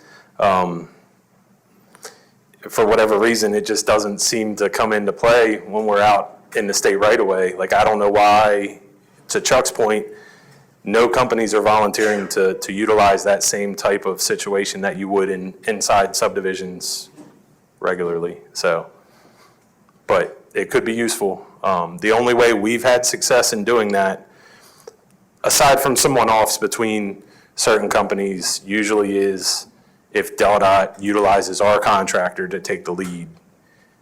That's the only way we've really been able to get companies to come to the table. Sarah Day with DelDOT right away. I just want to put my 2 cents in here. If utilities were underground, it would help us out immensely with getting acquisitions. Nobody wants power lines closer to their house, and that's where we get a lot of fight. A lot of the times, even if they do get moved back, like say 15 feet into their property, they want the poles on their property lines. They don't want their pole that's by their driveway moved back. So that then conflicts with all the lines down, you know, all the poles down the line. It's like a domino effect. And like I said, I haven't met one homeowner that says, oh yeah, I'm glad these power lines are getting moved back. If we could put them all underground, I mean, realistically, I know that's a lot of money, but you know, if we could start that in the state, that would help us out immensely with our right-of-way timeline. And even if we could use the easements that are hands going up. Even if we could already use the easements that are in place by utility companies for that, you know, that would be really great and really helpful, that we don't have to go back and ask them for more easement area. Yeah, So, I'm gonna keep my mouth shut. Morning, Eric. Hey, Ryan. How are you, man?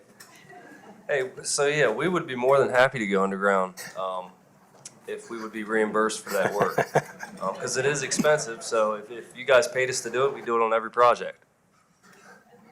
And just to put it in perspective, from a utility company's perspective, provide insight. What's the cost difference between aerial and underground? 4 times? 10 times? 10 times more expensive to run underground than it is to run aerially?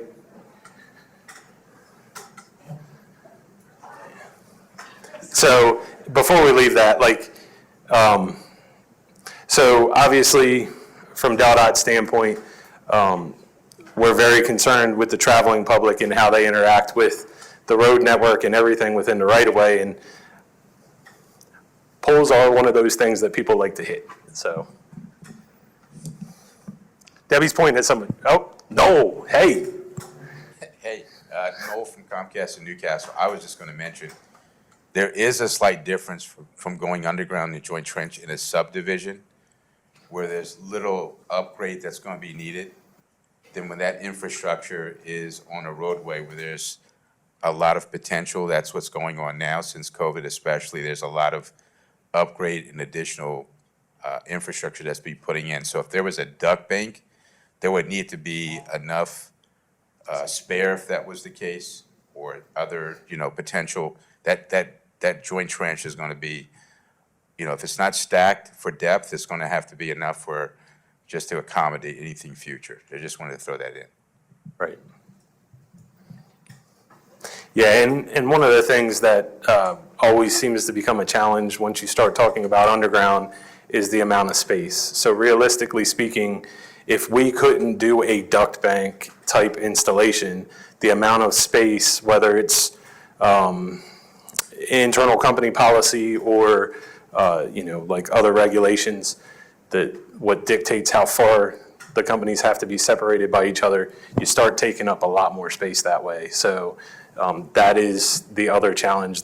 It takes up more space to go underground than it does to go aerial in a lot of cases. So especially if you're talking transmission, like electric transmission, now you're really talking a lot of space. So, Mr. Parker, nice name tag, buddy. I'm going to turn it around and take the meeting over if you're not careful. Okay.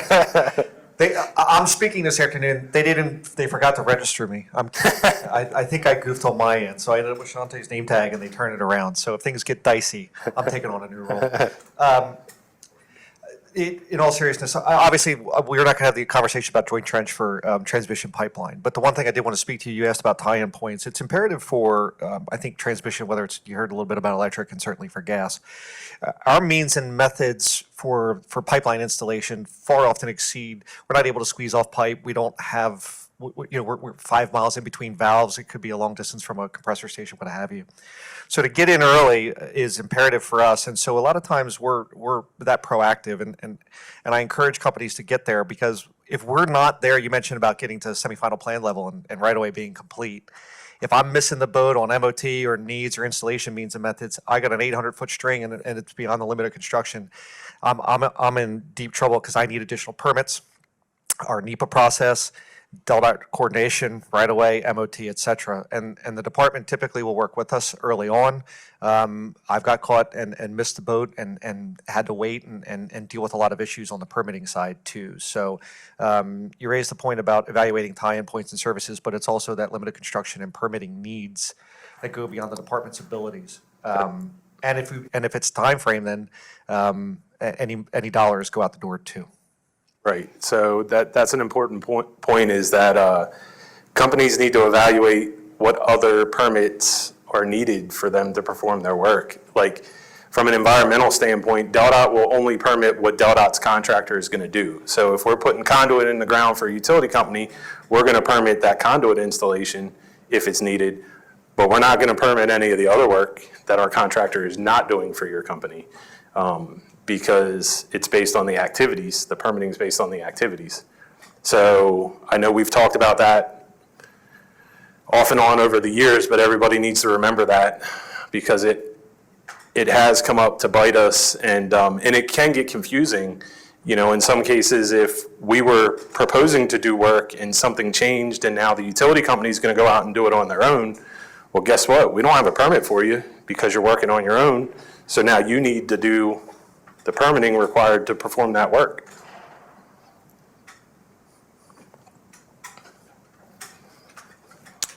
All right. How are tie-in points and services being evaluated and verified by companies during design? So again, specifically tie-in points was something that came up on the pre-survey. So I'm harping on that a little bit here. but it's something we see on projects constantly where it seems like it's something that's easily forgotten about.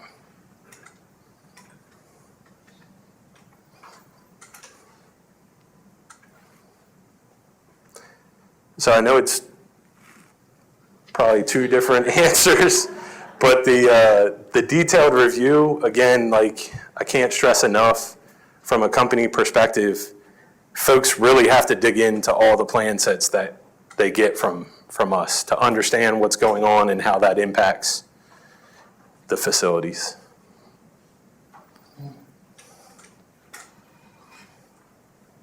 So review remains crucial on this slide. Anybody want to talk about what they're doing with tie-ins and services, or maybe some success stories or some not success stories?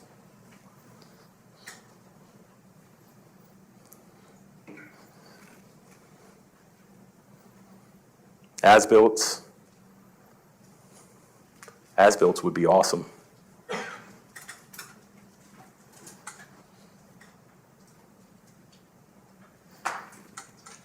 Somebody put field in, and it looks relatively large.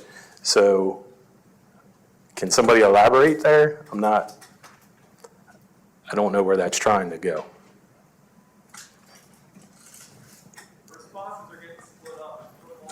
Oh, okay. Okay. So, so apparently people are putting in multiple words and it's getting split up into individual word responses. So, all right. So, field verification. All right. Any other thoughts, comments? Prayer's getting bigger and bigger. Outages. So that's a big part of this, right? Like needing, from the company standpoint, needing to understand how things are going to be tied in and if outages are needed. And then DelDOT needs to know that too, because often when we start talking about outages, there's only certain times that can be done. So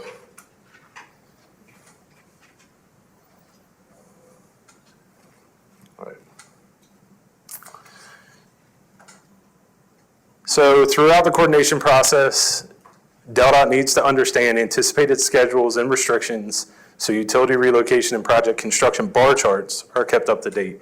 So again, we've talked about this, I've mentioned it several times, but we are trying to take the information that companies are providing us, and again, the earlier the better, and presenting it in a format that shows how we might be able to move forward with the project, whether that's trying to get utility work done ahead of our highway contractor or concurrent to our highway contractor. And we're sharing that information with all the stakeholders on the utility coordination side so that we can help to iron out schedules and priorities. So hopefully everybody can see how all this stuff ties together, and the more information we get, the earlier we get it, and the more realistic conversations we have, we can help with some of these pain points. Again, trying to identify reimbursable work early, it takes us a lot of time to get through the process, right? So once we know that there's reimbursable work, then we have to go through and have the relocation work at least to the point where we're confident that's how it's going to move forward so we can go through the agreement process. Some companies are great at turning agreements around quick. Some companies, it can take a year for us to get an agreement in place. Well, if we don't have that agreement in place, fully executed, we can't start to set up funding. So it's in everybody's best interest to try to identify that early. And I touched on that one. So once we have funding set up, then we can start talking about NTPs. We're gonna verify that the right-of-way is in place, or that we at least have an idea for when it's gonna be in place before we send the NTP out. So So, Morning, Eric. Steve with Delaware Electric. I just want to comment a little bit real quick on right-of-ways. If there's a pole where you, on this, outside of the state right-of-way, and you're going to acquire that piece of land, if you would let us know, that would give us time to do some research. So if it's so we going do. out in the process and there's a pole out there and you know that you don't presently, it's not in your right-of-way, if we could have that identified number, then we could start doing some research on that. So we try, but that's a two-way street, right? So we show every company where everything is that we know about, every plan submission. Just whether or not the company's actually looking to say, hey, that pole is not in the right of way. But we have specifically provided information on a number of projects to highlight, hey, on this pole, it looks like it's outside of our right of way based on what we've surveyed and how we've drawn everything up. But when we can do that, that's great. But please realize from a company standpoint, that's part of what you guys need to do is doing your due diligence for the project. We provide the information, so we'll do the best we can to make sure to reiterate it to you. But please help us because we're limited just like everybody else. Any other questions, comments related to that? It's just like the easement conversation. We try to share when we come across utility easements as part of our research, we try to share that with companies. We show it in the plans.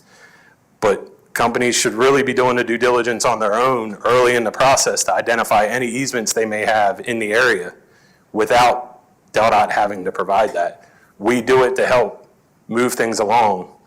We do a lot of things to help move things along. So we'll continue to do the best we can, Steve. But with the NTPs, Eric, I don't know if I'm shifting the discussion any, but when it comes to coordination, part of the things that we have to look at are the traffic related MOT and us being able to take lane closures. And it seems like as of late, the answer back from DelDOT is you have to do all your work at night. And I understand that, the primary driver is driver safety, right? But it seems like it's driver safety, pedestrian safety, and then somewhere way down the list is utility worker safety. For our guys who work on the high voltage lines, obviously we're going to want to do our work in daytime hours if we can.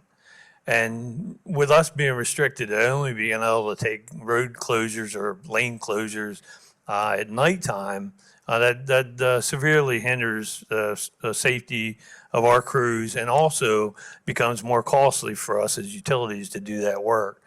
I just think that I understand, there's studies done. DelDOT, their engineers study the impacts of a road closure.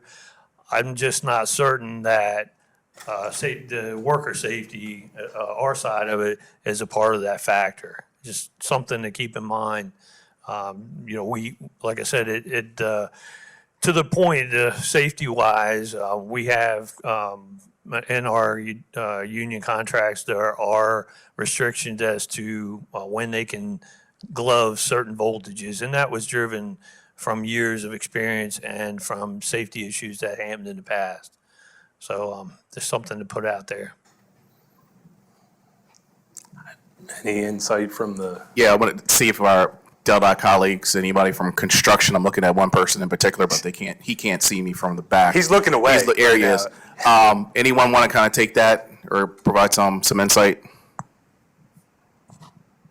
Thanks, Mark. I feel your pain. I mean, we fight all the time that, well, not fight, but debate all the time that, hey, can we get out there during the day? And sometimes the traffic numbers don't dictate that we can get out there during the day. And I understand your struggle. It's a constant conversation every day of the week to try and figure out the best time to go out there to minimize delays to traffic, because in our network, we want to provide a consistent notification to the public so they know what to expect when they're driving to school, dropping their kids off to school, driving to work. We want to provide a consistent network to them so that way they know what to expect. They're not hit with surprises and delays. It's something construction struggles with constantly. So I understand where you're coming from. I don't know how much, I don't have much more to share other than that. Really, our lane closure hours for construction are dictated to us based on the traffic numbers. So I feel your pain. Yeah, so it's a shared pain. Thanks. Mark Lutz, DelDOT. So, yes, so we take worker safety very seriously, both for our staff and anybody working in our right-of-way. The issue is that when we're on certain roads and taking lanes during the day, we're going to cause a safety issue for the public. It's not just an efficiency issue, it's a safety issue. When you have a 3, 4, 5 mile long queue, you're going to have back of queue issues, you're going to have rear end crashes, you're going to have driver frustration, you're going to have people, you all know this, you see this, you're going to have people making illegal U-turns, turning across medians, making bad decisions at unsignalized intersections. So this is an issue that that we look at, and we have to try to thread the needle. What I would say is, for anything on our end at least, and I presume it's the same for you all, if you have to have night work, you have requirements for how you do that night work. I fully understand that there's a greater expense. There's a greater expense on us as well. Light plants, you might have to have police officers, whatever else you have to have out there to do the work at night. But that's the balancing act that we have to make those decisions on a lot of different projects. Some are no-brainers, you do them at night. Others are, you literally cannot do the work during at night, so it has to go during the day, and then we have to deal with the traffic impact. When we have that situation where it's absolutely has to go during the day, there is no feasible way to do it at night, then there has to be an additional public outreach effort that goes with that. So now you might get your project delayed. You can't go tonight, or if you could, the choice may be you can go tonight from 10 p.m. till 5 a.m., or you can go 3 weeks from now because we need to do some public outreach. We need to tell the area legislators. We need to put a press release out, et cetera. So yeah, again, we have the same, Mark pulled back his words, discussions internally on this exact same topic. The more aggressive wording might be arguments on this. So we have the same discussions and arguments internally. Again, if you absolutely cannot go at night, we will find a way to make it happen. It just might take longer. Again, you might have additional message boards you have to put out there to warn the public, things like that. So, thanks. Yeah, and recently we've started trying to have more coordination with our traffic safety staff, especially as we're getting closer to that time when companies are looking to start work, so that we can have conversations about, from a utility company standpoint, realistically, how are you going to build this, so that then our traffic safety staff can provide insight. Like, there could be opportunities where instead of doing a lane closure, we could do a lane shift, which allows lanes to remain open and you to work during the day. But the problem is we don't always fully understand what's going to be used and how your facilities are going to be built. So that is what's crucial to that conversation, along with any of the other sensitivities that come with performing the work. So we have started to try to work that into our process here more recently. We have checklists internally that we use to help dot the I's and cross the T's. This is an item that is now on our checklist because it is coming up a lot more regularly. And that's related to with right-of-way. So if enough right-of-way is purchased, then, we could maybe move our operation away from the road edge as well. Although I know, real estate's at a premium in Sussex and Kent County. So, we understand that as well. And on the subject of right-of-way too, we brought it up, I think, at last year's meeting. I just want to make sure that we're not forgetting about it, is the fact that for tree and vegetation clearing, we want to be considered when that real estate's being purchased as well. So I think all of us, at least the electrical utilities, are concerned about having enough rights to be able to go in there and maintain what we put up and what we build. So. Yeah, so from the right-of-way versus vegetation management or clearing standpoint, I feel like we've gotten better. Where we run into issues is, again, if we don't get the insight on what the relocation looks like early enough, you can only work in the area that we have to give you at that point. So it's crucial for utility companies to provide that insight back early enough that we can react and potentially obtain additional easement area or right-of-way. I would say that is, from where I sit, the biggest hurdle we have is getting good feedback in enough time to be able to adjust the right-of-way and easement area that we're obtaining. There have been plenty of projects where our response, whether it's me or one of the coordinators, is sorry, but it's too far gone at this point. You got to work in the space that's shown on the plans. So, again, if I haven't said it enough, I'm going to say it again. Early and often. We need insight early and often. Coordination is not getting easier as the years go on. If you haven't noticed, there's a lot more that goes into what we are trying to work through. It's a lot more detailed and specific. And obviously, everybody's struggling on the resources and staffing side.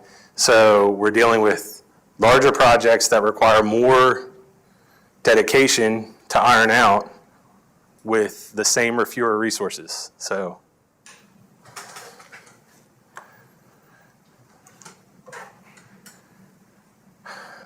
what can be done internally at companies to obtain information on existing easements or existing rights, like service agreements, early in the design process?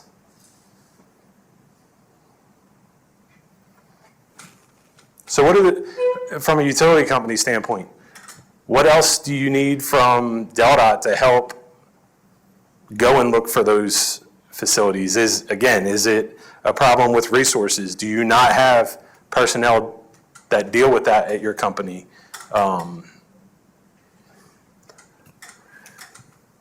What can we do to help? Years ago, we said we would do title searches. We would send easement information out to companies and we would show it on plans. So we do that. But it doesn't always push the companies to look for themselves.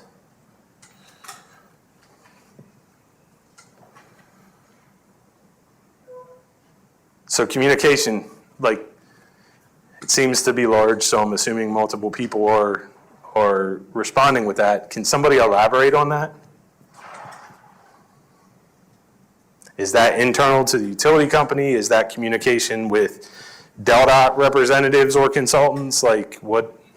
Can somebody provide some insight there? Microphone's moving. Just kidding.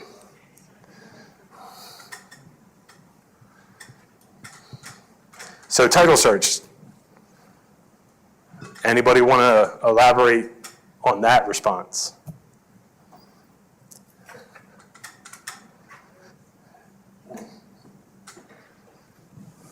This is Jen Haller. I'm with DelDOT, and I'm with Team Support. So I can speak to the title search aspect of things because that's what we do in our group. We track the title all the way back.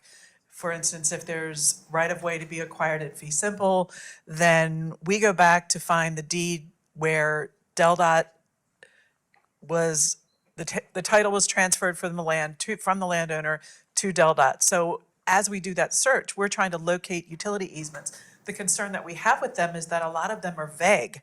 I might have a very vague easement that may say a 2-acre parcel east of Dover. Okay, that narrowed it down. So the vagueness of those existing easements is one issue. And then another issue, and I stumbled on this in conversations at the AASHTO level with the technical counsel with utility coordination is that there's not a lot of confidence in those easements versus where the actual utility is located. So there might be, and in fact, I'm reviewing a set of plans right now where the sewer line goes one way, but the easement goes another way. Well, something screwed up somewhere. So it's really a level of confidence, at least from my aspect, in is the easement correct? Is it in the right location? And does it accurately reflect the physical location of the utility? Yeah, so I know, I know we've had a couple of situations since I've been in this position where there was an existing utility easement and there was a difference of opinion as to what that easement could be used for. So between like Deldot talking to our attorneys versus the utility talking to their attorneys, in at least one case, it worked in everybody's favor. That existing easement could be utilized to do the work that was needed for the Deldot project based on the opinions, and that's how it moved forward. And in another case, the easement seemed clear cut that the utility work should have been able to happen in that existing easement, but the response or opinion from the utility attorney was, no, we're not doing the work in that existing easement. So, so there's always that side of things too, that again, sometimes the language is pretty vague, so it could be a blanket, but you really got to have that feedback from the utility company. And there's nothing I like more, and if you can't tell, this is me saying this in gist, than having to go to a company and say, yes, you have an easement, but I can't pay you for any of your work because our survey shows you are not in your easement. Happens all the time. If you went through the pain of getting an easement, hopefully you would be in that easement, but we can't pay. Like, you may be on private property still, but if you're not in your right, sorry, like, we can't pay for that relocation. So part of our issue is a title search isn't going to find most of our easements. So, you know, we were incorporated in 1936 and we started recording easements, or we started obtaining easements in 36 and didn't start recording them until we started getting them probably 1975, 1976. So anything prior to 75, 76, you're not going to find on the title search. And us trying to search through our old documentation is also a struggle, because we'll have an easement for a parcel from 1940, but that parcel has been since subdivided 10 different times, and trying to track back property owners back and back and back and back all the way to 1940 that associates that pole or that underground line with an easement from 1940 is a struggle. So a lot of times for us, it's just an extended period of time trying to find the easement for that particular structure. Yeah, the same struggle on our end. And Are there any other surveyors in the room? You want to raise your hand? None? Okay. There's a very big difference in prescriptive rights for something that is very old and existing versus something that is new. So if you find a title document that says you have an easement for a sewer, and you have meets and bounds that define it, but the actual physical sewer that's been there for a very long time differs from the easement. Well, that's a prescriptive easement, because easement's not always defined by meets and bounds. Easement's defined by intent. The meets and bounds are there to help you find where it was or the intent of it. But if there's a physical appurtenance that it's attached to, like a sewer, that sewer could be the ruling of the intent of it, and you have a prescriptive right to it if it's already there. You know, what he's talking about, where you have a new easement you've acquired and you're installing new infrastructure and it's outside your easement, that's a bigger problem, because it's not through use in perpetuity of the intent of the easement. So again, old existing infrastructure, you have prescriptive rights to that most likely, which can be proven even if it differs from the physical meets and bounds of the title search. Does that make sense? And if sorry, I'm thinking about how I want to put this out there. If a company came to us and claimed prescriptive rights, you would have to have a court order that says you have it. We will not grant that to you. Correct, and surveyors don't make that ruling. A court does. It's for the opinion of use, and then that goes to the courts and the attorneys. Yep. we've not, in my time here, we've not had anybody request or try to go down that road. But if you did, if you want to try, you need a ruling from the court that says you have a prescriptive right. Whoever. Yeah, the thing is some right-of-ways used to be 30 feet, now they're 50 feet. And, we go back, all the way to 1936. So there's no way of us saying, you guys didn't put us on notice that you're requiring it. And unfortunately, the poles are there, and they've been there since, 30s and 40s and 50s. Right. So to really say that we can't prove that we put it in the right place in the first place is really not true. And that's why it goes back to any time that you're starting the process of acquiring easement, if we could keep something and send us those pole numbers, we can start very early on the process instead of getting a big plan that we've got to, kind of jolly through the lines there of these little lines on there. It's very hard to tell. That's all I'm saying. That was Yes. my original comment. If you're going to acquire a road with a 50-foot easement and do no upgrades, then at least put us on notice that you've done, you're going to do that, so. Yeah, so yes. So again, we have tried to do that more regularly. Please ask, because it's not something, I don't have people jumping up and down to go through every plan set and highlight any pole that might be outside of the right-of-way. But we will, if asked, we will provide that for you. And we have had at least one situation where a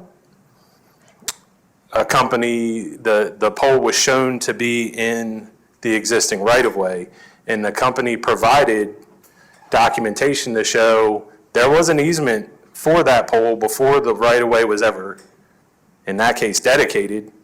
And so nobody ever dealt with the underlying utility easement or made that company whole. So we were able to go through that process, and in that case, it became reimbursable. So we're not saying flat out no. It's, unfortunately, the company has to do the due diligence to prove it, right? The first answer is going to be no, because just looking at what we have available to us, it doesn't look like it's reimbursable. But if the company feels differently and has the supporting document, that may be overturned. So again, just going back to the need to put the due diligence into the projects. So I'm gonna jump on that one, just because in the very early stages of our. Debbie, you're really hard to hear. Oh, I got it. Oh, there you go. Okay. So in the very early of our process, we send out survey plans. And generally our survey plans is all existing that's out there, whether it's the roadway, the sidewalks, the trees, utility poles, hydrants, you name it, whatever they physically can see in the field, and they survey them.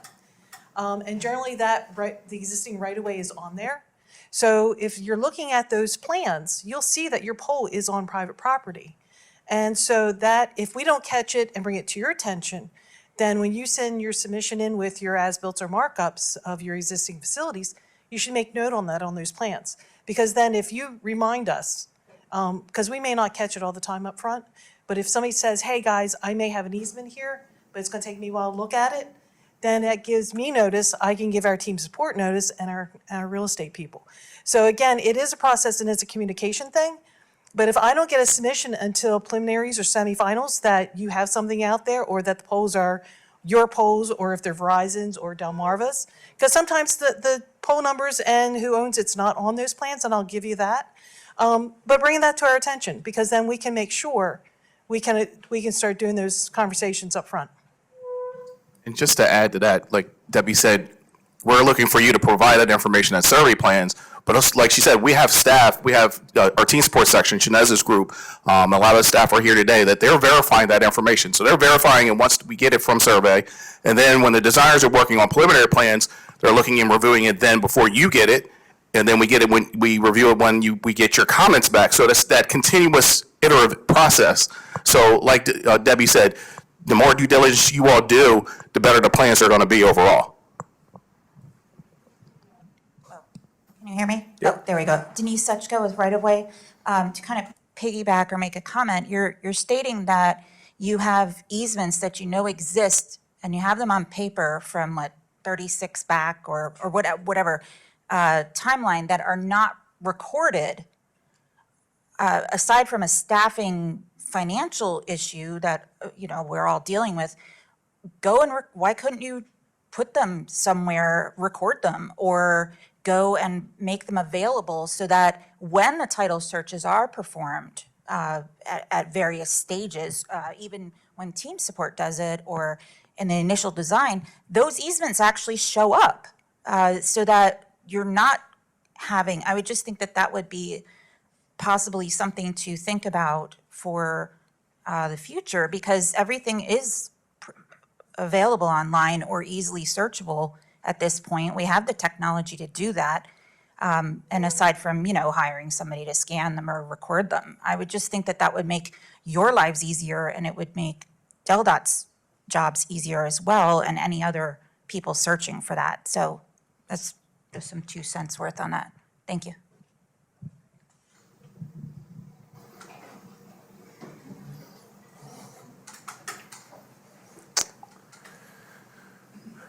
Now let's move into another one.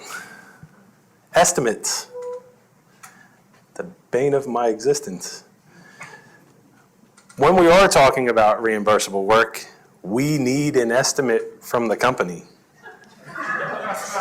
Chuck is not the bane of my existence, so what are the challenges with utilities being able to provide estimated durations for relocation work?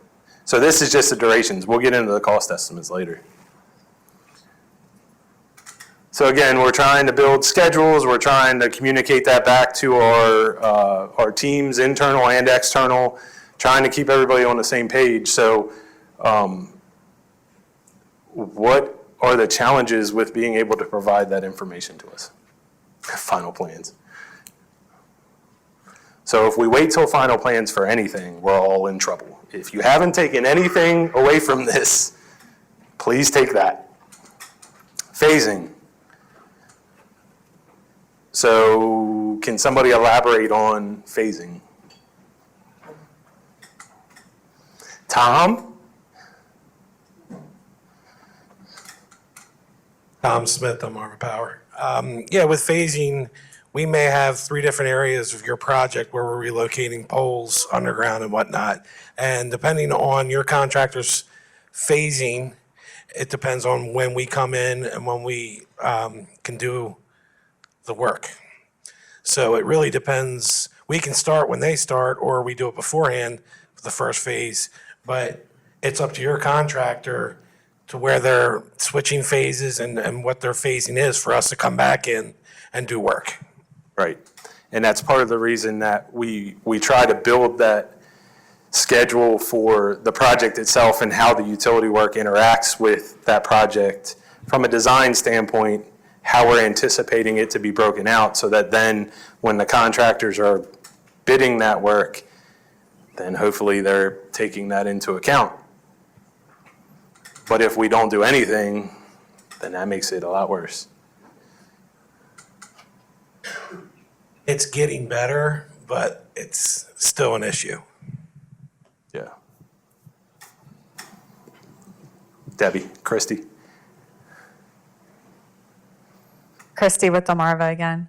I was just going to say, similar to what was said earlier about having realistic schedules, I think we struggle with looking at things sometimes with rose-colored glasses. So we try and be realistic about our schedules, but like I said, similar. And then I know sometimes the phases change, and when the phases change and it puts you in a different time of year, then estimated durations a lot of times can change. Yeah, and some people may not agree with me, but I would rather see a conservative schedule so that then, hopefully we can tighten some things up, but at least that gets us something that's more realistic, because I have yet to see a project where everything shown in the schedule for utilities came to fruition. Some companies may hit the mark, other companies won't, and it's going to change on each job. So realistic schedules is key, but we have to have something to start that conversation, right? So waiting until we have final plans and think everything's good to go, at that point, we've missed too many opportunities. So we need to be having the conversations and doing that coordination to get to that point.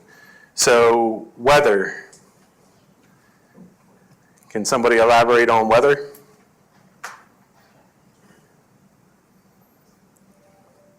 So when I think of schedules, I hope you're accounting for the potential of some weather delays in the schedules that you're providing. I know we do it on our contracts. Is that always right? No, but you're taking some time into account.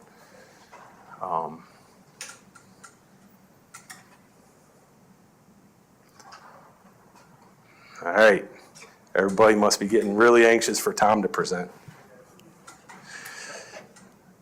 What are the challenges?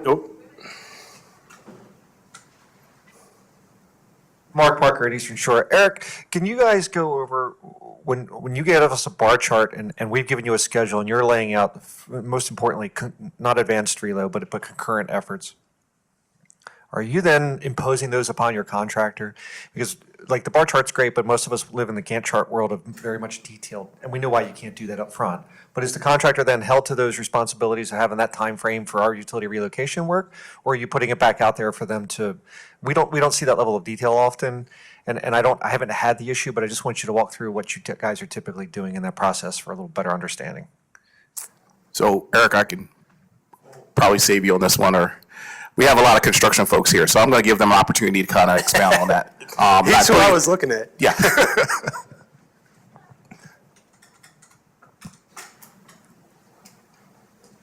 Thanks for this working?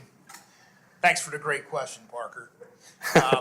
So yes, we're holding contractors to their schedules.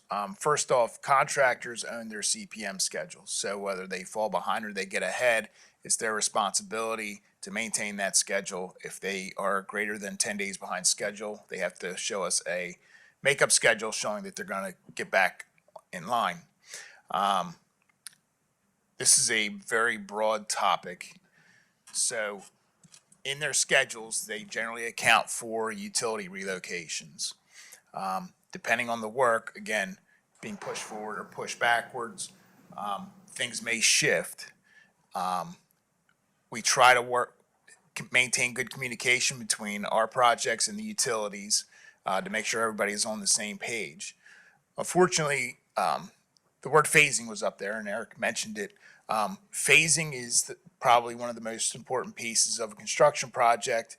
Phasing dictates productivity. Phasing dictates the overall schedule. Sometimes when we get into these projects, the phasing, our contractors, DelDOT staff may be forced to adjust phasing based on time of year restrictions with environmental, based on time of year. Like if it's in the summertime and our project got started late, we may show a closure through the summer, which if we're down in Sussex County, we know we can't do these closures over the summer. So what ends up happening is when we start these jobs, our phasing ends up, we have to reanalyze the phasing based on what our schedule is showing and where the impacts are going to be. And that unfortunately starts to affect utilities and when you get in there and start work. Or, hey, can you get in soon? It's usually we need you sooner now, right? Like we never say, hey, just wait another year. We usually say, hey, we need you to pull it forward. Unfortunately, that's generally what happens. And again, it's a broad topic, and a lot of things are dictated by phasing. And unfortunately, our hands are tied with the phasing. Sometimes we have to adjust our entire schedule to accommodate restrictions on our projects. I hope I answered your question. Yeah, and we know that is a pain point. So through the Utility Coordination Council, we had worked on a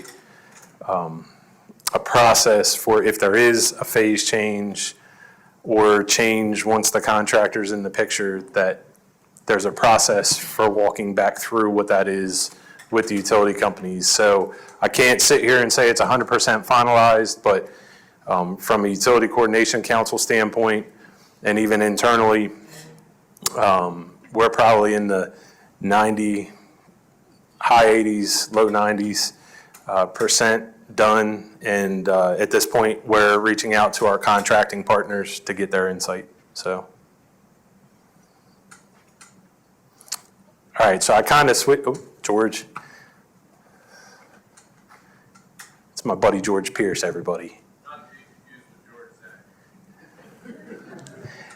Me and Mr. Pierce go way back. Elementary school days.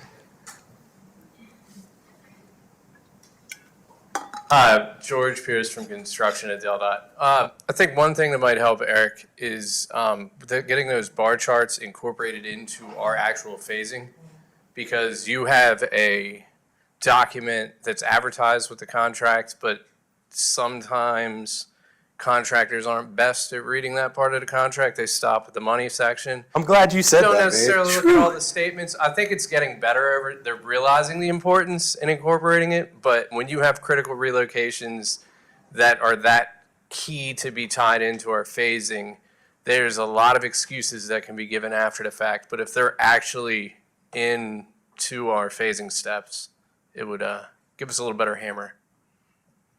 So I guess anybody have insight on how we might be able to make that happen and what that might look like? I don't know.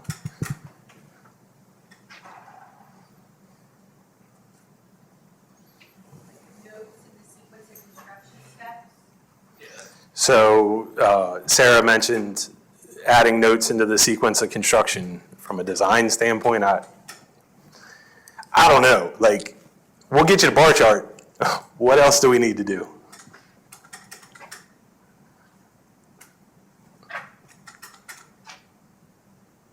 All right. We'll try to work on that. Any other comments, questions, ideas? All right, so now Justin, you've used your allotment. Too bad. So Justin, DPL Transmission. With the stronger enforcement of poles going behind clear zone now, maybe not on the plans themselves, but in the UPA, could you spell out either on that document or just have a note on there specifying what the clear zone is along the roadway, specifically for the estimate purposes? So are you talking for the DelDOT projects or? Correct. Okay. Because I mean, I know it's a range from clear zone, right? You have 16 to 20 feet, 22 to 26 feet, anything like that. And typically we'll go to the shortest distance so that you don't have to acquire as much rights along that way. But as I know that's not a steadfast rule. So from our purposes too, when it comes to relocating said poles, so we know, exactly how far it is back that we need to put the front of the pole. Yeah, so, and folks can help me out with this, but the best I can offer is we go by what the designer puts in the plan set, right? So if it's the minimum based on, whether it's that range or if they did the true calculation to figure out what that clear zone is, we're just saying, hey, there's the clear zone line, everything needs to be behind that clear zone line. Yes, let me phrase that differently.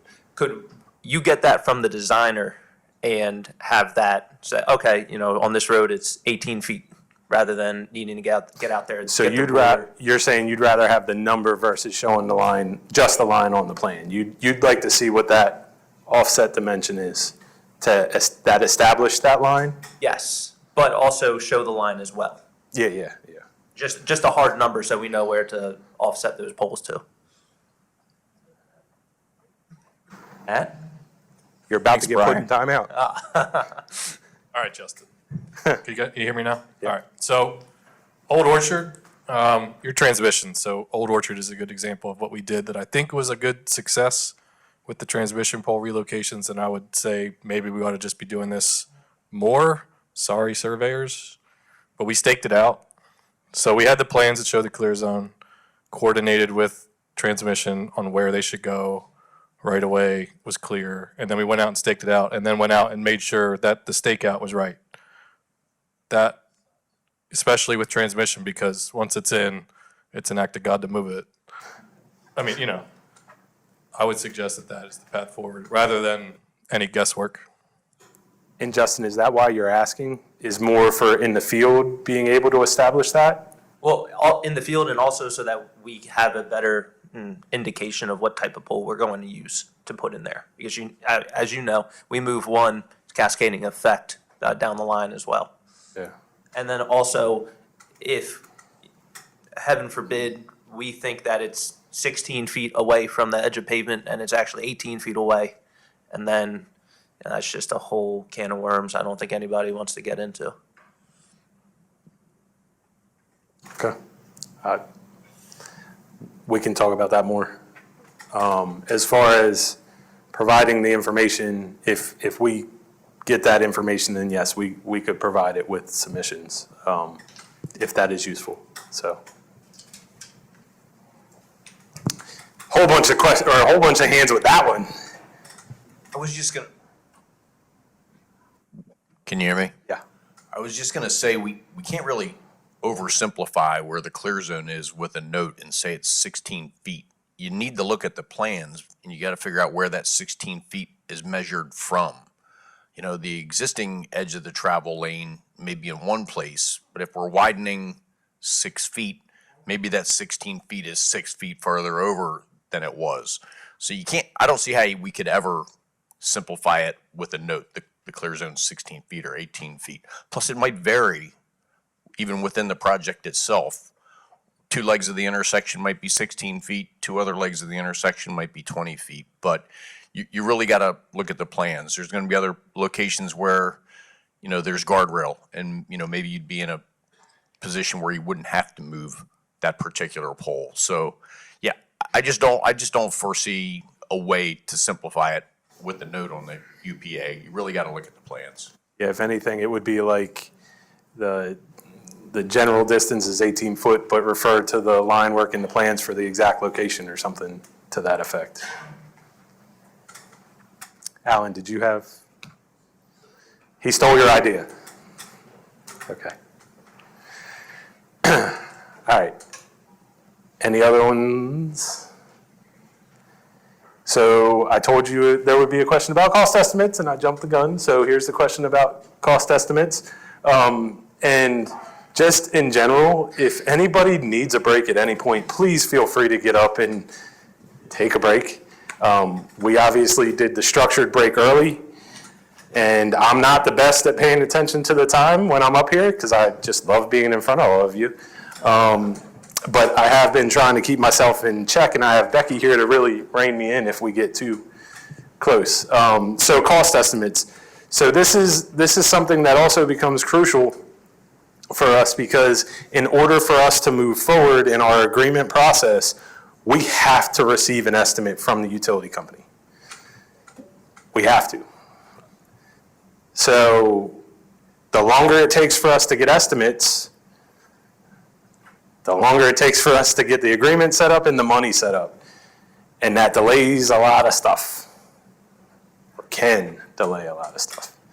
So, inflation. So I'll open the floor up if anybody wants to talk about what they've seen from an inflation standpoint, but I think we all understand that things are a heck of a lot more expensive now than they were. So to some extent, hopefully your estimates are capturing that. It's just an estimate. We don't need it down to the penny. We just need to understand here's the impacts and here's the costs that we anticipate. Buy America.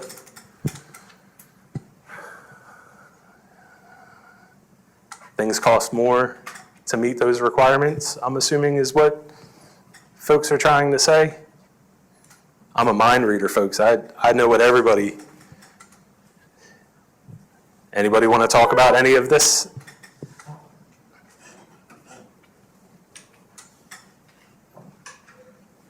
Okay.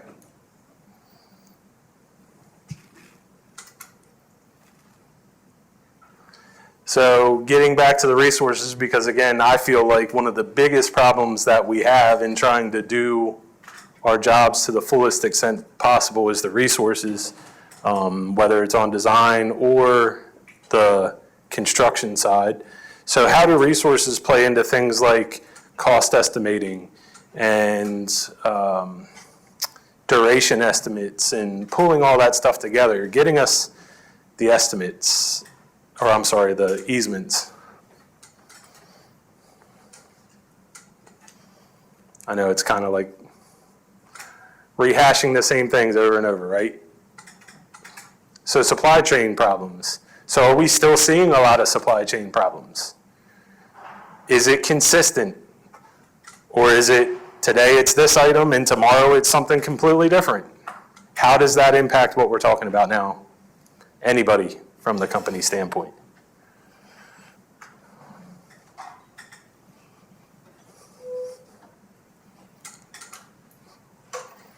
Time. So by time, I'm assuming you mean it just takes more time because you don't have the resources?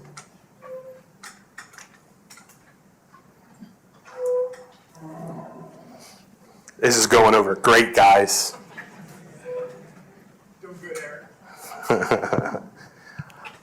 So is anybody still experiencing supply chain problems? Show of hands. Okay. All right. Anyone want to elaborate on that?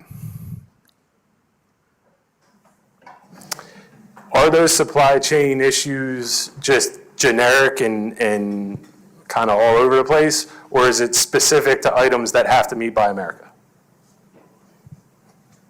Somebody's got to speak up to answer that question. Troy, you're the man. I'm just trying to get us to the next presenter. But he's trying to give me the delay. But, you know, from the electric utility side, you know, Buy America doesn't really affect us because, you know, we have exemptions for almost everything that we purchase. And there's also the exemption on the cost of the material. So the only thing that really has to meet Buy America for us is bolts. And as long as that's below, I think, 5% of the total cost of the project, we get an exemption for that as well. So Buy America is not really our problem. Our problem right now is going to be the same as Delmarva, and that's going to be transformers. So any project that we're doing for DelDOT where we have to relocate a pole line back and go underground, and we have to, you know, switch overhead transformers to pad mount transformers, that's where there's going to be potential delays because that's where we're seeing our supply chain constraints right now. Thank you, Troy. So you'll have to revisit that Buy America conversation though here shortly because that's going to change your world, man. All right, so Mike Harmer, Sussex County, as some of you guys know, I'm replacing Hans Medlar, great engineer. All right, so if you read up, I came from Maryland. I mean, I'm born and raised in Newark, but my latest job was where I retired from was in Maryland. And the Buy America was jamming us up because, you know, you get the funding, you get the grant funding or whatever you want to call it. And then, you know, depending on, I'm not sure how Delaware is going to go with this Buy America, but I'll tell you the experiences I had over there. And that is all of a sudden the DNREC, you know, there as MDE is asking for, you know, even the bolts, you know, prove they're made in America, prove the Fernco coupling's made in America, the you know, et cetera, et cetera. And it really jammed us up. And as far as paying the contractors, and then the contractors don't want to work for you. So, you know, it begins to limit your pool when they find out you have the grant funding or whatever you want to call it, Clean Water Revolving Loan Fund money and all those loans with USDA, et cetera. So I'm waiting to see what's going to happen there and here in Delaware, whether or not those crazy determinations are going to start being made here, and I hope they are not. Anyway, resources. Again, you heard me before talking about, I think the salaries are too low. You know, why, you know, we're all trying to draw from the same labor pool. And I think we need to be more creative about how we do that. And the start of that is with the salaries. So, you know, we'll see if any traction gets gained on that. Meanwhile, when you talk about easements, you know, getting easements takes a lot of time and resources. And we're out there, even you know, Hans is out there knocking on doors, getting easements. How efficient is that? You know, the engineers struggle, the engineering companies, you know, they go out, they might think they're gonna go out and get the easement at 11 o'clock in the morning when nobody's home. And then they charge you to go back out there at 6 o'clock in the evening. So now the owners are paying double and triple, hence, you know, the Hanses and the Mikes will go out there and knock on the door ourselves. So when we're wasting our time doing that, that should be done at a lower labor scale, you know, other things aren't getting done. So it all comes down to, you know, resources. And again, work years, those of you who are utilities or your agencies like DelDOT, trying to get a work year is like, you know, almost impossible. So we have easement and issues that I'm hearing about, and you know, trying to get a work year to have a right-of-way agent, you know, per se, like you know, the folks that were talking before, is a struggle for at least Sussex County, and I'm sure it's going to be a struggle for other agencies in the same area. I think that about does it for the resources. Costs, you know, switch gears are out 2.5 years. I don't know what the DP&L is seeing, but you know, the last switch gear I was trying to buy, I was just going to buy it direct because you know we were here in 2.5 years, and maybe that was because of the manufacturer that we were looking at. But just in the office was either yesterday or early late last week. You know, one of my engineers came to me and said, "Hey, we're looking for a generator," and they're like 8 to 12 months at least out, even for a generator. So supply chain still affects us. I guess we're back on track with pipe and things like that, but you know, there's still on the electrical side big giant problems as far as schedules. Yeah, and again, the sooner we know that, and I know from a company standpoint, it's hard to understand at a given point what the delays might be from a material standpoint, but the sooner that we know that and that it could impact the schedule of the job, we're trying to communicate that back internally. So again, knowing that type of information is crucial. I'm gonna try to wrap it up. So the one thing off of this slide I just wanna reiterate is we often see delays in the handoff between what I'll call the design and the construction side with utilities, right? Like we've been working for years to try to figure out what the relocation is going to look like, and we're to the point where we got all the agreements in place, NTP's out, and then that's where it sits. So it also seems like we have to keep in mind that getting it processed and actually going out and getting the work done when everything's ready to roll is a crucial part in the process. So again, I'm gonna fly through just to follow up. We just talked about the materials. So be thinking about, you know, if there's ways to counteract the material issues. Like if you let us know early, maybe there's some things that can be done to help get that material order in the queue sooner. And then I promised there would be Buy America slides, but I'm gonna roll through them real quick now. The big thing here is if you're eligible for reimbursement, Buy America applies whether you take the money or not. I've said it a bunch of times and I'm gonna keep saying it. It's all based on eligibility. So back to that easement conversation, if there's easements in place and we verify that they're good easements, for lack of a better term, then you become eligible. Whether you take the money or not, you have to meet Buy America if there's federal funds involved with that project. And again, it's going to become more complicated with what appears to be on the horizon. On the flip side, if you're not giving us your easements, if we don't have a compensable interest, you're not eligible for reimbursement. Just saying. We talked about Buy America. So this is just a list of items we need to continue to talk about early in our projects. We hit on pretty much all of these, which is awesome. But again, this is something that came up in the survey, the pre-survey that I sent out to companies. I think we are getting better at trying to check these boxes and make sure we're getting what we need, but it's crucial that the conversations happen earlier. The earlier, the better. And reminder, private utility facilities are not allowed within our right-of-way and PE area. So if, as the utility company, you say, well, from this point forward, it becomes private, it's on the property owner, that needs to be out of the right-of-way. Franchise utilities in your facilities that you're responsible for are what's allowed in the right-of-way. Outside of that, it shouldn't be in the right-of-way. Private stuff doesn't get picked up as part of the MIS utility process, and it causes a lot of people issues.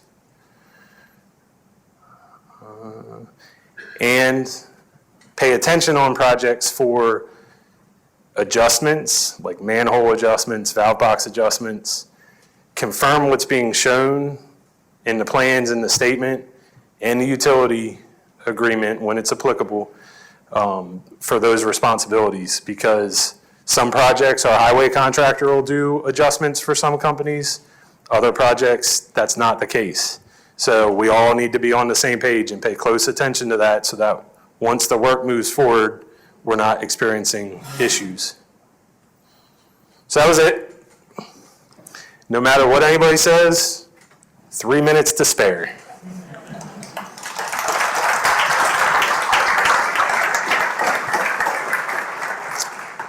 So next we're going to bring up Tom Smith and Mike from American Utel to talk about some coordination projects. Yeah.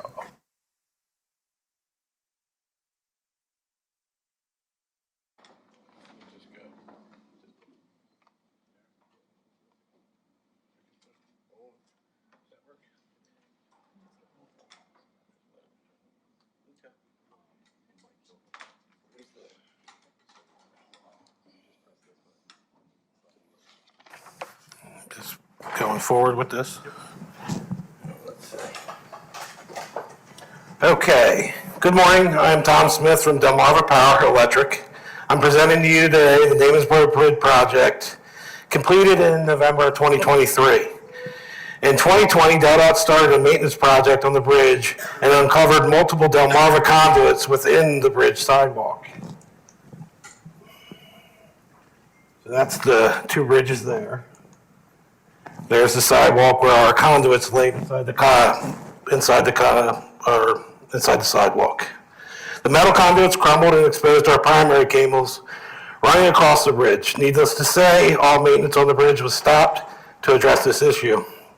After numerous conversations with DelDOT's bridge folks and utility section, we agreed that Delmarva would relocate our conduit infrastructure underneath the bridge. Knowing that DelDOT's bridge department would want detailed engineering drawings, I decided to bring on American Utel to engineer a new conduit system underneath the two bridges.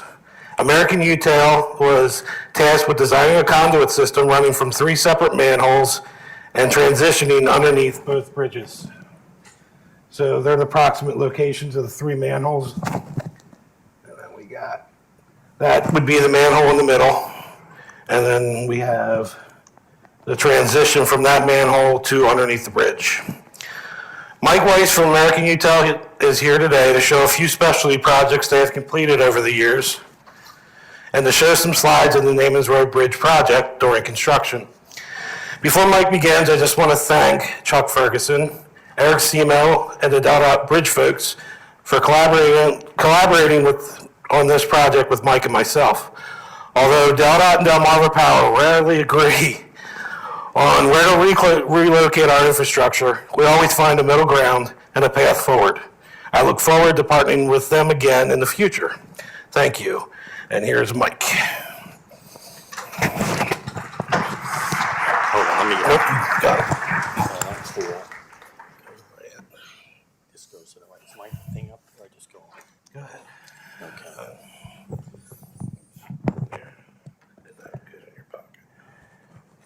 Hello, Here, let me grab my paper. can you hear me? Okay. We've been in business like 30 years, and all we really do is bridges. We do nothing else. We started off just holding doing design work under bridges. Now we hold in place. We've been doing it for maybe 25 years. A Verizon guy came to me and says, you know, if you could hold these cables in place, it would save us a lot of time and money. It was a simple job when we did it, and it worked out pretty well. Can they all be held in place? No. There's a lot of factors that are involved. We don't hold up the bridge installation waiting for the cables to be spliced. It saves time. Splicing can take 4 to 12 months, sometimes even longer than that. It can save money, not all the time. On a few of these jobs, you'll see over the years we've done, there's so many copper cables involved that they can cut it over sometimes, and sometimes they can't. We'll determine that. On any job we do, I have to go out on the job. We need the as-built of the print of the bridge. We need the new bridge that's going in, even if it's only 30% of it. The drawbacks, this is all with Eric. Everything he talked today about is what we've run into. If the contractor doesn't know we're doing this, they'll stab you left and right, and we've run into problems with them. Not anymore. We get along with them as long as our prints are sent way in advance so they know what's going on. These are a sample of some of the jobs from start to finish, but some of them I wasn't up there all the time, so you only see parts of it. Here's a good job in Revere where everyone's on: gas, electric, power, telephone. Talking about supply chains, that yellow or green duct was ours. During COVID, we would stock 3 truckloads of fiberglass for Verizon. We have a contract with them. So we went to order it, and they told us a year to get the conduit. Well, I can't live with a year. So we switched suppliers, and it's all American made. This is a job in Revere, Mass over a railroad, and I guess you're all aware that the railroad is fun to work with sometimes, to say the least. This is a bridge, very busy intersection, and they want us to hold the conduit in place. Okay. We designed a steel support, and we weren't doing turnkeys at this time. The contractor says, no, I'm going to throw in some piles. And he was a good contractor, knew what he was doing. So he changed the design. So we dug up the conduit, and it was clay tile. And you can see the slack we get when you dig it up. You get a lot of slack. And they were holding up a lead cable on the right side. It's hard to see. There's a, I don't know if I can point, but anyhow, we're careful. We're putting the split duct on. It's fiberglass. It's split and hinged, so it peels around the cable with H-strip, and then we tie wrap it. Well, what happened was when we put the weight on it, those piles started to cave in slightly. They didn't tie it back, and they didn't tie it back because the house here, it was in front of the guy's door. So now we had to do some negotiations with him, and they did. They did a good job, and they took care of it. They were holding the conduit in place. They built the bridge. We dropped it in place, and this is the bridge done today. This is a small job in Bloomfield, New Jersey. We just did the design on it early on. On this type of work, due to all the problems we have, we'll only do it as a turnkey. We'll design, supply, construct. There's a very busy intersection in Bloomfield, New Jersey. That's transite conduit that we're holding there, which is asbestos. They covered it, and they didn't break it. If you break asbestos, it has to be removed, and you need 20 days notice, and there's all kinds of stuff that we have to deal with. Next to it was clay tile. That's clay tile in the middle. That did break. They had to put fiberglass on that. The power company saw what we were doing. That's concrete encased power duct on the right side, and they held it in place, and they slid under an arch bridge and filled it with dirt. That's the job done today. This is a job in Oswego, New York, and this put us on the map with Verizon. They asked us, can you hold it in place? I said, well, let me look at it. We looked at it, and I wasn't sure if we could. I went back to my engineers, to my project manager, and they studied it. And again, we're asked, how long is it going to take? Hey, give me a ballpark. It's not that simple. It takes time to work up costs on this. So we said, yes, we could. There's 6 conduits, steel conduits, 6 up next to the, I think it's a water line there. And they removed that for us before we did the slide. But yes, we can do it. And they wanted us to slide it right back where it was. You can see where it's up inside the bridge. So we put on these slider beams at the abutments, at all the piers, and we had to dig back about 20 to 30 feet. See the slider beams that go? And they have these 2 plates on the right side. I'll show you how that works when I get to it. And we had these come-alongs put on. Let's see, what's this picture of? I'm having trouble seeing it myself. Oh, we slid the, on the slider beams, we slid the beams in with the arms on it. And we put the steel, there's steel connections like this, and we had to cut them off the bridge because they were embedded in the deck. What happened though, when we cut it, you cut the first one, nothing happened. Cut the second one, nothing happened. Cut the third one, thump, the steel released because it's so stiff. Now we have the conduit on this support, and again, I dealt with the DOT. I must have been up to Syracuse 10 times going over the job, and they planned it out. So the contractor was aware of what he had to do. So we have it. They removed that portion of the bridge.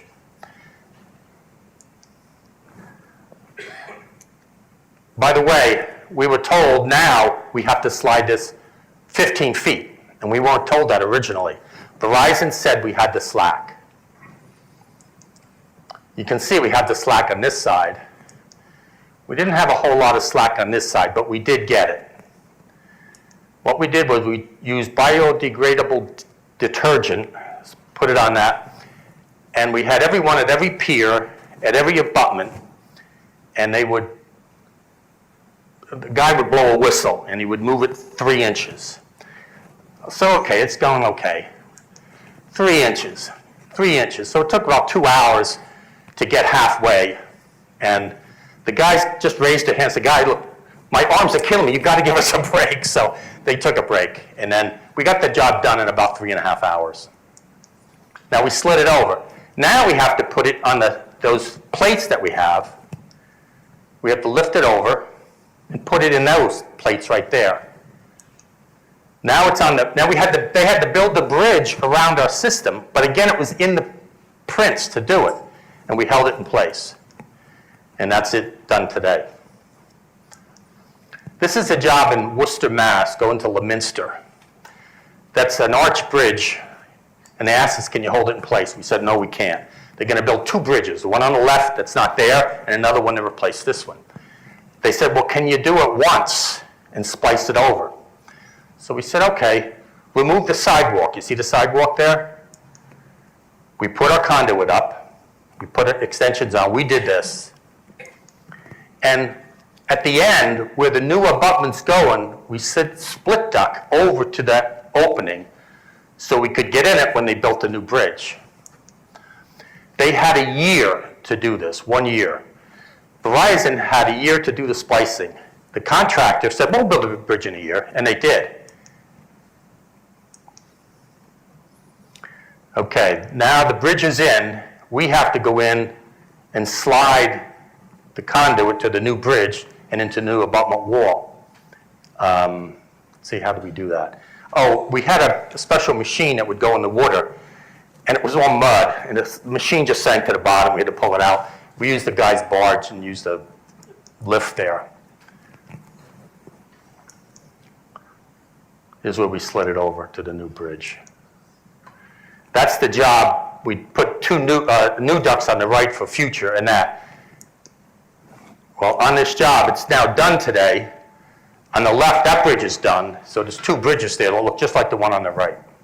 And it took Verizon 1 year. They just made it in time to splice all the cables over. This is a job in Jenkintown, PA. We had to build towers and a truss across this. It was a little bridge job over a railroad. We had some issues with the railroad. We corrected them. You can see where we built the truss. Where do you see all the cables in this? And nobody believed you could get the slack for it. Everybody, every utility piggybacked on this truss. You can see on the left there where the guys are standing, there were poles there, and we took down the wires and put them in split duct for protection. We have an extension arm is where we're going to put our conduit. But there's the gas, there's electric, there's power, every utility, every telephone, every cable company was on this bridge. You can see coming off the pole where we laced into it. Over the railroad, we had to build a special walkway that could hold 3 men. All we're doing is putting cable on it, but we followed their rules. Now there's the cable, ton of it, and it's 6 feet deep, and that's where we got most of our slack. We have to now slide it all the way over to the right. So we, again, dug down, lifted, and we gained slack, plus the cable's coming away from the bridge where the truss is. So now we're told to slide the cables over. We do it one by one, take our time. We had 1 lead cable left. Verizon said you can't touch it. We have to touch it. And then they didn't touch it quick enough that the contractor said, okay, it's going to cost you so many $1,000s a day, you're holding us up. And Verizon called me up and said, move it, and we moved it. Yeah, it was one of those issues. Now at the end, we put polyethylene split corrugated duct to protect it just from debris, people working around. Now we have everybody. Everybody's on this bridge. The bridge is gone. They always have us work in the winter, though. They wanted us to slide it off in the winter, which we did, and we put split duct on and all that kind of stuff. And that's, I didn't get a picture of it done today, but it's done today. Everything fit well. We used split duct on one side and that's solid duct on the right. I think this is the last bridge that I'm showing you. Here's a good example of a contractor being a big pain in the neck, I'll use. We had a 3,000 pair cable on this. You can see where the manhole is by the fire hydrant. And it's along the sidewalk. And we have to pull it off the bridge to the left. And we didn't think we could do it. We didn't think we had the slack. We had a way to do it without the slack. You have to work around us. But then the contractor had to use a crane for 2 more days. And that he was a nightmare for us. So what we did was we looked at it. We decided to put some cofferdams in. We put these steel poles in. And see how that extends out? It's like an accordion. They slide back in. So they're pulled all the way out. We got the cables. There's a lot of fiber there. And there's a big 3,000 pair cable in there and another copper cable in there too. We got it. We slid it off. Contractor loved us from that point on. He just thought we were the best. He built his bridge. We had to slide it back in, put it back into the hangars, and that's the bridge today. Should I go right on Naaman's Road? Yeah, okay. This is the Naaman's Road job. I just got some shots from underneath. They wanted us to put, I think it was 4 ducts on the bridge. We originally designed it on the outside of the bridge underneath that. Delmarva Power said no, Eric. We said, okay, where do you want us to go? Well, you can go in the first, fascia bay. So we went in that bay, and we put conduits through the abutment. Eric said no. So we had to go around the abutment. These are just pictures of underneath. There was a lot of traffic. By the way, even in the traffic, when we did this work, we were glad we had everything we did.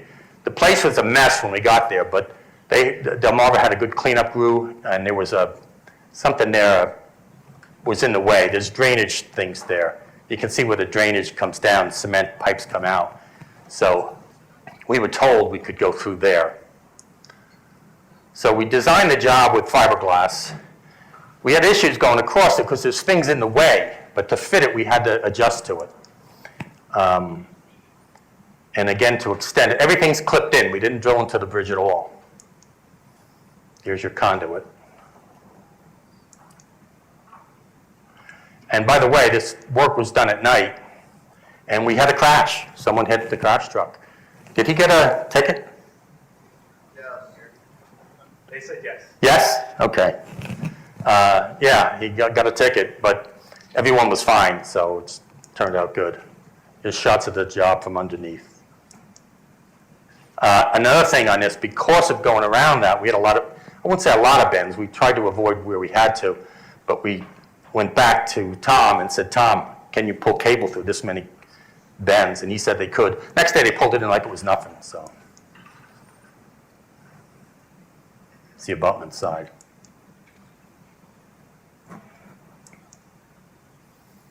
Yeah, job looked good when it was done. It was all cleaned up nice.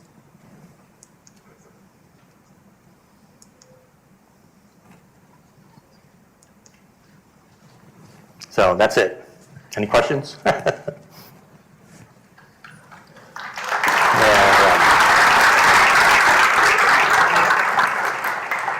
Time to eat.